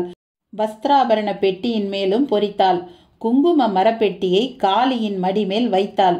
சற்று நேரம் நின்று வந்த ருத்ர தேவதையே வெறித்து பார்த்தவள் கட்டாரியை இடுப்பில் சொருகியபடி திரும்பி நடக்க தொடங்கினாள். எதற்கோ கட்டுப்பட்டது போல் எந்த மிருகமும் அப்போது அங்கு தென்படாமல் ஒதுங்கி இருந்தன. விழுதுகளால் திரும்பவும் பாறை சரிவின் மேல் ஏறியவள் அருவி வரை ஆழ்ந்த யோசனையுடன் நடந்தாள். பின்னர் அருவியில் நனைந்து துளைத்து அதன் குடைவுக்குள் நுழைந்தவள் கட்டாரியால் அதன் சுவரில் எழுதத் தொடங்கினாள். 7 கல் பாறையை எட்டியவர்க்கு என் வந்தனங்கள். செய்தியின் முடிவில் அருவிச்சாரலை விட்டு வெளியேறி வந்தவளின் கால்கள் 7 கல் பாறையை முடைந்த நின்றன. திண்டு திண்டான பாறை முகட்டில் ஓரிடத்தில் கட்டாரி தன் அடுத்த செய்தியை பொறிக்கத் தொடங்கியது. நீர் போர்வையை நீக்கிவிட்டு பாரு, வழி தெரியும். படிப்படியாக தடங்களை பொறிப்பதில் ஒரு சுவாரஸ்யம் அவளுக்குள் இழையோடியது. இதை சரியாக இனம் கண்டு வர முடிந்த புத்திசாலி கொடுத்து வைத்தவன், காலத்தால் புகழப்பட போகிறவன் என்று ஆழ்மனது சொல்லியது. மனதில் ராஜேந்திரனின் திருமுகம் கூவி அழைப்பது போல் ஒரு பிரமை. அவன் இறந்து விட்டதை நினைக்கவே அவளுக்கு பிடிக்கவில்லை. நிர்மலமான வானத்தை அந்த பாறை மேட்டின் மேலிருந்து நோக்கினாள். பட்சிகளின் ஊர்வலம். 2 பட்சிகள் மட்டும் தனியாய் இழைந்து கொண்டு, பட்சிகளே, நீங்கள் மானுட பிறப்பெடுக்காதீர்கள், என் போல் கையறு நிலை கொள்ளாதீர்கள் என்று பிரார்த்தித்து கொண்டாள். பின் அங்கிருந்து லிங்கக்குறி உடைய அந்த மரண பள்ளத்தை முடிந்த வேகத்துடன் எட்டினாள். அந்த பள்ளம் அவளை வா வா என்றது. பக்குவமாக இறங்கினாள். காலை நனைத்த நீரை சலித்து நடந்தாள். பாறை தீண்டில் காடகராயன் உடல் அவளை வரவேற்றது. இறந்துவிட்டான் என்று தெரிந்தும் நெஞ்சம் குமுற மீண்டும் மீண்டும் அவன் மார்பில் தன் கட்டாரியை கொண்டு தைத்தாள். கண்களில் நீரின் பிரவாகம். ராஜேந்திரன் உட்பரப்பில் சடலமாக கிடந்தான். நெருங்கி மண்டியிட்டவள் நெடுநேரம் அவனையே உற்று பார்த்தாள். சித்திரசபையில் நாட்டியமாடும் சமயம் அவன் உற்று உற்று பார்த்ததிலிருந்து இறுதி வரை தனக்காக குண்டடிப்பட்டு போராடியது வரை மனதில் அவன் ரூபங்கள் ஓடின. கண்களில் நீர் தனது சாம்ராஜ்யத்தை துவக்கியது. அழுதது போதும், கடமையை செய் என்றது உள்ளுணர்வு. மரப்பெட்டியை பற்றிய செய்திகளை ஏற்க உட்புறச் சுவர் காத்திருந்தது. 7 கல் பாறை மேல் பொறித்த செய்திக்கு ஒரு தொடர்பினை கொடுக்க தொடங்கினாள். வில்வ நிழலில் லிங்கப்பாறைக்கு தெற்கில் 7 கல் பாறை மேல் ஏறி வந்தால் மீதம் சொல்வேன். மனதில் ஜம்னாலாலின் நினைவு ஊர்வலம் வர தொடங்கியது. பெரியவரே, உங்கள் எண்ணத்தை எங்களால் ஈடேற்ற முடியவில்லை. யாராவது வந்து ஈடேற்றட்டும். அதற்கு இந்த தடயங்கள் உதவட்டும். என் விருப்பப்படி நான் என் காதலன் போன வழி நோக்கி போகிறேன். அவர் எனக்காக வான்வெளியில் காத்திருக்கக்கூடும். இங்கு தான் இணைய முடியவில்லை. அங்காவது இணைவோம். ஆனால் எந்த நாளும் இந்த மண்ணில் பிறக்க மாட்டோம். இந்த மூலிகை செல்வங்களை எங்கள் ஆன்மா காவல் காக்கும். கண்களை மூடிய மீனாட்சி ராஜேந்திரனை இழுத்து தன் மடிமேல் போட்டுக்கொண்டாள். சற்றைக்கெல்லாம் அவளாலேயே அவள் வயிற்றில் காட்டாரி நுழைந்தது. குருதி பெருக்கினூடே காதலன் மேலேயே பிணமாக சரிந்து விழுந்தாள். வெளியே திரிகூடமலை முழுவதும் மெல்ல கவிழத் தொடங்கியிருந்த மேகங்கள் அவளுக்காக அழத் தொடங்கிவிட்டன. அந்த மலை ராஜ்யம் மிக அமைதியாக அந்த மழையை அங்கீகரிக்க 2 வெண்ணிற பறவைகள் அந்த மழையிலும் நனைந்தபடி நெருக்கமாக மேலேறி கொண்டிருந்தன. பின்குறிப்பு: இறுதி வரை அம்பலத்தேவருக்கு மீனாட்சியும் ராஜேந்திரனும் என்ன ஆனார்கள் என்றே தெரியவில்லை.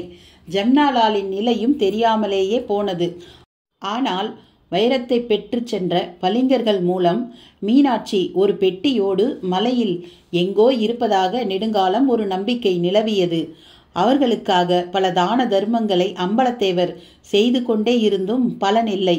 மலை முழுக்க பலர் அலைந்து தேடியும் அவர்களால் எதையும் அறிய முடியவில்லை. 5 வழிகளின் 3 வாசல்களில் கள்ளர்களின் பிணங்களைத்தான் பார்க்க முடிந்தது. அபாயகரமான சில வழித்தடத்தில், குறிப்பாக அந்த லிங்கக்குறி மரண பள்ளத்திலும் இறங்கி பார்க்க ஒருவருக்கு கூட தோன்றவில்லை. மீனாட்சியும் ராஜேந்திரனும் எங்கோ உயிரோடு இருப்பதாகவே நம்பினார்கள். மலையில் வைரம் இருப்பதாக கருதி பலரும் தேடிச் செல்வதும் பின்னர் மடிவதும் வாடிக்கையாகி விட்டது. காலம் அனைத்தையுமே முற்றிலுமாக மாற்றிவிட்டது. திரிகூடமலை மட்டும் மீண்டும் விட்டு சென்ற தடயங்களுடன் தகுந்த மனிதருக்காக காத்திருக்க தொடங்கியது. இன்று கலாதரனின் நினைவுகளில் பின்னோட்டம். உடம்பு முடிகளிலெல்லாம் 90 டிகிரிக்கு விரைப்பு. நிருபர்கள் கூர்மையாகிறார்கள். பிடிபடாத அந்த மர்மத்தை குறித்து கொள்ள அவர்களது நோட் புக்கின் வெள்ளை பக்கங்கள் தயாராகின்றன. ராம்நாத்தும் பாஸ்கரும் கூட ஊதலான காற்று சம்பத்வசம் ஜெயந்தி அகப்பட்டு விட்டதை அவள் கூக்குரலில் சுமந்து வந்து கொடுத்துவிட்டு இப்போது வெறும் ஊளை வீச்சாக காதோரம் கிசுகிசுக்கிறது. கலாதரன், அந்த முகமுடி கோஷ்டியோட வேலைன்னு நினைக்கிறேன். கயிற்றை பிடிச்சி மேலே ஏறினால் நாமும் அவர்களிடம் மாட்டிக்கொள்வோம். இப்ப என்ன பண்றது? பாஸ்கர் சுற்றி சுற்றி பார்த்தான். குகைக்கு பக்கத்தில் மிகச்சிறிய ஒரு பாதை, அதுவும் கூட போக முடியாத சரிவுகளால் கீழ்நோக்கி கிடந்தது. மற்றபடி சரியான வழித்தடங்களை பாறைகள் மூடி கிடக்க ஒரு புதருக்குள் தலையை விட்டு நோக்கிய போது ஈரக்குலையில் திராவகம் வீசத் தொடங்கியது. ஒரு சிறுத்தை பசியுடன் அவர்களை பார்த்தது. நாடி நரம்பில் உடனேயே பனிப்புயில் வீச ஆரம்பித்துவிட்ட மாதிரி பிரமை. பாஸ்கர் கலாதரனை நெருங்கி கட்டிக்கொண்டான். அவர்கள் சிறுத்தையையே வெறித்தபடி மெல்ல அடிகளை பின்னோக்கி வைத்தபோது சிறுத்தை பேசியது. பாஸ்கர்! அந்த குரல் கேட்டு பாஸ்கர் உறைந்து போக ஆரம்பித்தான். இந்த மலையில் மிருகங்கள் கூட பேசக்கூட செய்யுமா என்ன? அவனுக்குள் கேள்வி கரடிக்காலாய் பிறண்ட. சிறுத்தை முகம் தெரிந்த இடத்தில் சட்டென்று இப்போது ஒரு மனித முகம். உற்று பார்த்தபோது உடம்பில் இரத்தத்துக்கு பதில் மகிழ்ச்சி ஓடுவது போல் ஒரு புல்லரிப்பு. புரொஃபசர் ராம்நாத் தான் தெரிந்தார். டேட்! பாஸ்கர் உரக்க கத்த வாயெடுத்தான். கலாதரன் சட்டென்று பொத்தினான். தாமதிக்காமல் இருவரும் புதரை நெருங்கி ராம்நாத்தை கட்டிக்கொண்டார்கள். அவர் கைகளில் மிரட்டும் முகத்தோடு கூடிய சிறுத்தையின் தோல். ஏய், நீங்க எப்படி இவ்வளவு தூரம்? ராம்நாத் கேட்க தொடங்கி இருந்தார். சார், நீங்க உயிரோட தான் இருக்கீங்களா? கலாதரனிடம் பாறை சரிவை பார்த்தபடியே கேள்வி. உயிரோட மட்டுமில்ல, இந்த வைரப்பெட்டியோடையும். இதோ வைரப்பெட்டி. புதருக்குள் அவர் காட்டிய இடத்தில் அந்த பெட்டி இருவரையும் பார்த்து ஹலோ சொன்னது. பக்கத்திலேயே பாடம் செய்த முகத்தோடு கூடிய ஒரு சிறுத்தை புலியின் தோல். உயிரை பணயம் வைத்து சரிவுல உருண்டு விழுந்தேன். நல்ல வேலை, கீழே இருக்கிற தண்ணீர் தேக்கம் என்னை காப்பாற்றியது. ஒரு வழியா காலியை நெருங்கி பெட்டியையும் எடுத்துக்கிட்டு வெளியே வந்தப்பதான் சரிவுல கயிறு வந்து விழுந்தது. யாரோ இறங்குறாங்கன்னு நினைச்சு ஒளிஞ்சி பார்த்தா நீங்க. ப்ரொஃபஸர் பேசி கொண்டிருக்கும் போது பாறையை சார்ந்து கிடக்கும் நீண்ட கயிறு மெல்லிய அசைவோடு நெளிந்து யாரோ மேலிருந்து கீழே இறங்கப் போவதை சொன்னது. பேச அவகாசமில்லை சார். மேல ஜெயந்தி ஒரு திருட்டு கூட்டத்துக்கிட்ட. அவங்க இந்த வைரப்பெட்டிக்காக பேயா அலையறாங்க. இப்ப சரிவுல இறங்கிட்டு இருக்காங்க. நாம முதல்ல அவங்க பார்வையிலிருந்து தப்பணும், பெட்டியை காப்பாத்தணும். ராம்நாத் அதை கேட்டு மிடறு விழுங்கினார். பாஸ்கர் பாறை சரிவை பார்த்தான். சரிந்த பாறையின் உச்சி மேற்பரப்பில் இப்போது முத்தங்கியின் கால் தெரிந்தது. பாறை திண்டில் கால் பதிக்க திண்டை துழாவி கொண்டிருந்தான். இந்த வேகத்தில் இவன் இறங்கினால் கீழே வர எப்படியும் ஏக நேரமாகும் என்று ஒரு அத்தியாவசிய மின்னல் கலாதரனுக்குள். கலாதரன், இப்ப ஏதாவது பண்ணணும். வர்றவங்களை ஒளிஞ்சிருந்து தாக்குவோமா? பாஸ்கரின் கேள்வி கலாதரன் பக்கம் திரும்பிய போது கலாதரனின் கைகள் பெட்டியை திறந்து விட்டிருந்தன. பெட்டியிலிருந்து கும் என்ற மருந்து நெடி, கூடவே கட்டுக்கட்டாய் சுவடிகள். ஆனால் வைரக்கல் ஒன்று கூட தென்பட காணோம். என்ன சார் இது, ஒரு வைரக்கல்ல கூட காணோம்? ஆவலாக கேட்டான். எனக்கும் ஒன்றும் புரியல. இந்த சுவடிகள்ல ஏதோ பெரிய விஷயம் இருக்கிறது மட்டும் நிச்சயம். இதையெல்லாம் நாம பிறகு பேசிக்கலாம். வர்றவங்களை சமாளிக்கிற வழியப்பாரு. ஜெயந்தியை காப்பாத்தணும். அதுக்கு என்ன பண்ணலாம்னு சொல்லு. முத்தங்கியை தொடர்ந்து சம்பத்தும் இறங்குவது தெரிந்தது. மலை ஏறி இறங்குவதில் சம்பத் பரிச்சயம் இல்லாதவன் என்பது அவன் தடுமாறுவதில் தெரிந்தது. சார், காளி மடியில இப்போ ஒரு பெட்டியை பார்த்தோமே, அது இந்த பெட்டி இல்லையா?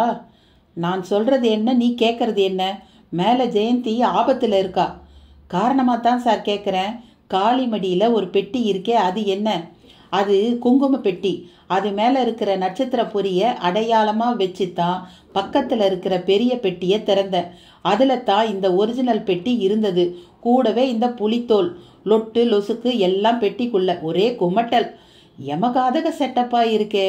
நாங்கள் அதுதான் வைரப்பெட்டின்னு நினச்சிட்டோம். அப்போ வர்ற கோஷ்டியும் அப்படித்தான் நினைப்பாங்க. இப்போது முத்தங்கி ஏறத்தாழ முக்கால் தூரம் இறங்கிவிட்டு இருந்தான். ஒளிந்திருந்து அவர்களால் முத்தங்கியை பார்க்க முடிந்தது. ஆனால் அவர்களால் கீழே பார்க்க முடியவில்லை.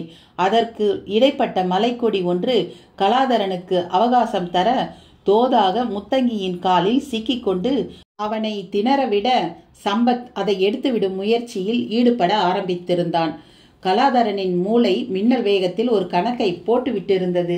பெட்டியில் கிடந்த ஓலைக்கட்டில் முதல் ஓலையாக தன்வந்திரி நமஸ்காரம் என்று மட்டும் எழுதப்பட்ட ஓலையை எடுத்தவன் அதை பதமாக பெட்டி மேல் வைத்து பேனா கத்தி முனையால் அதில் எதையோ எழுத தொடங்கினான். என்ன எழுதுறீங்க கலாதரன்? நம்ம தலையெழுத்தை பாஸ்கர். அந்த ஓலையைத்தான் நம்ம தலையெழுத்தை தீர்மானிக்க போகுது. வரப்போறவனை திசை திருப்பி கூண்டோட பிடிக்க உதவ போகுது. புரியலை எனக்கு. புரிய வைக்க நேரமில்லை எனக்கு. ஓலையை எடுத்துக்கொண்டு கலாதரன் விறுவிறுவென்று குகை நோக்கி பதுங்கலாக ஓடினான். காளியின் மடிமேல் ஏறி பெட்டியில் ஓலையை போட்டுவிட்டு எண்ணி 20 நொடியில் புதருக்கு திரும்பி வந்தான்.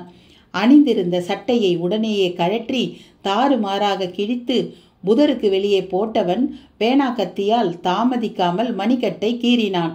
முண்டி அடித்து எட்டி பார்த்த ரத்தத்தை சிறிது தூரம் நடந்து தரையில் சிந்தியவன் பாறை மேலெல்லாம் தெளித்துவிட்டு புதருக்கே திரும்பினான். பெட்டியோட நாம இமீடியட்டா கீழே இறங்கணும் என்றான் இருவரையும் பார்த்து. கீழே அதல பாதாளம் அலறினான் பாஸ்கர். வேற வழி இல்ல, தனித்தனியா பதுங்குவோம். பல்லியை போல் பாறையோட ஒட்டி பதுங்கணும். எதிரியோட பார்வையை ஏமாத்தணும். இப்ப அதுல தான் எல்லாமே இருக்கு. 2 பேர் தான் வராங்க, நாமளும் 3 பேர் இருக்கோம். அவங்கள எதிர்த்து தாக்குறது சுலபம்தான் கலாதரன். ராம்நாத் புரியாமல் பேசினார். தாக்கினா சுதாரிச்சிடுவாங்க சார். எனக்கு இவங்க மட்டுமல்ல, இவங்களை ஏவின கூட்டமே தேவை. இவங்களுக்கு கீழே ஏதாவது ஆனா மேல ஜெயந்தியை அது பாதிக்கும். அதுல அப்படி என்னத்தை எழுதி போட்டிருக்க? சொல்றேன். முதல்ல அவங்களுக்கு கடுக்கா கொடுக்கணும். குயிக், மறையுங்க. கலாதரன் சொல்லி முடிக்கவும் முத்தங்கியும் சம்பத்தும் நீர்பரப்பில் தொபேர் என்று விழவும் சரியாக இருந்தது. அதன் பிறகு எல்லாமே எதிர்பார்த்தபடியே நடந்துவிட்டது.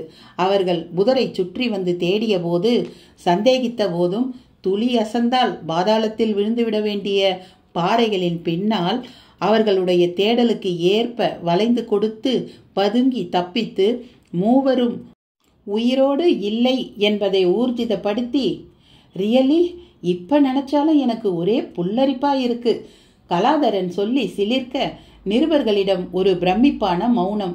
உங்களுக்கு அந்த ஸ்பாட்ல ஓலையில எழுதி போடுற ஐடியா எப்படி ஸ்ட்ரைக் ஆனது? இதுக்கு என்னோட ஒரே பதில் விதி. விதியா? ஆமாம், அவங்க மாட்டணும்னு இருக்கு. நாங்க தப்பிச்சு இப்படி பேரும் புகழும் அடையணும்னு இருக்கு. இந்த வருடம் தான் பெட்டி கிடைக்கணும்னு அந்த பெட்டியில இருக்கிற ஒரு சுவடி குறிப்பு சொல்லுதாமே. ஒரு நிருபரின் கேள்விக்கு ஜெயந்தி ஆமோதிப்பாய் சுவடி குறிப்பின் ஜெராக்ஸ் பிரதியை தன் பேக்கில் இருந்து எடுத்து வெளியே வைத்தாள். ஒரு பிரஜோபத்தியின் ஒரு நாளில் நாங்கள் சேர்வோம். அதுகாரும் அம்பிகையின் மடிமேல் அடைக்கலமாவோம். அடைக்கலமாய் அங்கையர்கண்ணி எம்மை சேர்த்திடுவாள். சேர்த்ததை குறிச்சித்திரமாய் வார்த்திடுவாள். வார்த்தவள் வாழ்க்கையோ வாடிப்போகும். சரித்திரமோ அவளை வாழ்த்தி பேசும். அந்த குறிப்பை வாசித்த ஒரு நிருபர், wow, really it is great. இப்படி ஒரு பிரஜோபத்தி வருடத்தில் தான் இந்த ஓலைகள் உலகுக்கு தெரிய வரும் என்று அன்றே ஒருவர் கணித்திருப்பது அதிசயம் சார் என்றார். கலாதரன் தோலை குலுக்கி ஆமோதிப்பாய் சிரித்தான். நடுவே ராம்நாத் சாண்டியை வாஞ்சையாக பார்த்தார். இந்த வாயில்லா ஜீவன் சாண்டி மட்டும் இல்லைனா நாங்க கீழே இருந்து மீண்டு வந்திருக்கவே முடியாது. கீழே யாராவது உயிரோட இருந்தாலும் சாகட்டும் என்று மேலேறி போனவங்க கயிற்றையும் மேலே இழுத்து போட்டுட்டாங்க. அவங்க போன கொஞ்ச நேரத்துல இதுதான் எங்களுக்கு புது வழியை காட்டி நாங்க கீழே இறங்கி தப்பிக்க உதவி செய்தது. மோப்பம் பிடிச்சு அது கீழே இறங்கின வழியில எங்களை மேல அழைச்சிக்கிட்டு போச்சு. அங்கே இருந்து மேலே வர பட்ட பாட்டை எங்களால் விவரிக்கவே முடியாது. மேலே வந்தவுடனேயே கலாதரன் டிஎஸ்பி கிட்ட விஷயத்தை சொல்லவும் டிபார்ட்மெண்ட்டே 1 மணி நேரத்தில் அலர்ட் ஆயிடுச்சு. கலாதரன் சுவடியில எழுதி போட்டபடியே வைரப்பெட்டி பாழடைந்த வீட்டில்தான் இருக்கிறதா நினைச்சி தங்கமாணிக்கம் குரூப் அங்க வரவும் வசமா மாட்டிக்கிட்டாங்க. நிருபர்கள் ராம்நாத்தின் பேச்சை பதிவெடுத்து கொள்ளும் அந்த வினாடிகளில் ஜெயந்தியின் பார்வை கலாதரன் மேலேயே இருந்தது. அவனையே விழுங்கி விடுவது போல் பார்த்து கொண்டிருக்கிறாள். காக்கி உடுப்பில் ஜெயந்திக்குள் அவன் டூயட் பாடி கொண்டிருந்தான். ஒரு நிருபர் அவர்கள் பார்வையை கவனித்துவிட்டு ராம்நாத்தை காரணத்தோடு பார்க்க ராம்நாத் புரிந்தது போல் சிரித்தார். ஒரு சந்தோஷமான விஷயம். நேற்று வரை கலாதரன் என்னோட மாணவன், இனி மருமகன் என்று அந்த கூட்டத்திலேயே அவர்கள் காதலுக்கான பச்சை கொடியை அவர் உயர்த்தி காட்டவும் பாஸ்கர் வேகமாக எழுந்திருந்து கலாதரனை நெருங்கி கண்கள் பணிக்க கட்டிக்கொண்டான். ஜெயந்திக்குள் நாணம் தட்டாமலை சுற்றத் தொடங்கியது. நிருபர்கள் மகிழ்ச்சியோடு இருவரையும் பார்த்து கை குலுக்க தொடங்கினர். பிளாஷ்கள் அவர்களை பிலிம் சுருளில் பதிவெடுக்க ஆரம்பித்தன. வெட்கத்துடன் எழுந்து அந்த ஏசி அறையை விட்டு ஜெயந்தி வெளியே வந்தாள். கலாதரனும் மெல்ல நழுவ ஆரம்பித்தான். ஆல் த பெஸ்ட் என்று கட்டை விரலை காட்டி ஒரு குறும்புக்கார நிருபர் சிரித்தார். ஜெயந்தி, ஏன் எழுந்து வந்துட்ட? கலாதரன் கேட்டான். மனசு ரொம்ப லேசா இருக்கு கலாதரன். ஏகப்பட்ட நாளைக்கு பிறகு எனக்குள் ஒரே சந்தோஷத்திற்கு முக்காடல். காலார நடக்கணும் போல இருக்கு. நடப்போமா? அப்பா, பாஸ்கர் இவங்கெல்லாம் அவங்க என்ன குழந்தைகளா? வீட்டுக்கு வந்து சேர்ந்துடுவாங்க. வாங்க, நாம நடக்கலாம். அவர்கள் இருவரும் மெல்லிய இரவின் ஆளரவமில்லாத நியான் விளக்கு பாதையில் இடைவாக நடக்கத் தொடங்கினார்கள். வாழ்த்துவது போல் வானிலிருந்து லேசான தூறல். ஜெயந்தி தன் சேலை தலைப்பை கலாதரனுக்கு குடையாக்கினாள். சுகம் சுகம் என்ற அவனும் அவள் தோலை இறுக்கி கட்டியபடி நடந்தான். தூறல் வானில் இப்போது 2 வெண்ணிற பறவைகள். மேலிருந்து தாழ்வாக கீழிறங்கி கொண்டிருந்தன. வரலாற்றில் தோற்றுப்போன ஒரு காதல் நிகழ்கால வெற்றி பெற்றுவிட்டதை அறிந்து அந்த இரவிலும் வாழ்த்துவதற்காக அவை இறங்குவது போல தோன்றியது.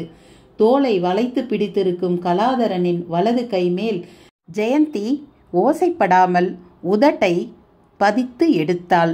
5 வழி 3 வாசல் கதை முற்றும். மக்களே, கொஞ்சம் பொறுங்க. ஒரு விஷயம் உங்களுக்கு நான் சொல்லிடுறேன். இது போன்ற கதைகளை பதிவிடுவதற்காகவே மகிழ் தமிழ் கதைகள் என்ற என்னுடைய இன்னொரு சேனலும் உங்களுக்கு நான் லிங்க் கொடுக்குறேன் டிஸ்கிரிப்ஷனில். நீங்கள் அதில் போயிட்டு சப்ஸ்கிரைப் பண்ணி எனக்கு சப்போர்ட் பண்ணுங்கள். அதில் உங்களுக்கு உரிய, உங்களுக்கு பிடித்த எழுத்தாளர்களின் அற்புதமான கதைகள் எல்லாம் பதிவிடப்படும். இதுவரையில் எனக்கு இந்த கதையின் மூலம் ஆதரவு கொடுத்த அனைத்து அன்பு உள்ளங்களுக்கும் மிக்க நன்றி. இந்த கதையின் முடிவில் ஒரு காதல் மனம் உருக்கியது, இன்னொரு காதல் நம் மனதை சந்தோஷப்படுத்தியது. உங்களுக்கு எந்த காதலின் மேல் ஈர்ப்பு இருந்தது? அதை நீங்கள் கமெண்டில் சொல்லுங்கள். அடுத்த பதிவில் உங்களை சந்திக்கிறேன். நன்றி, வணக்கம்.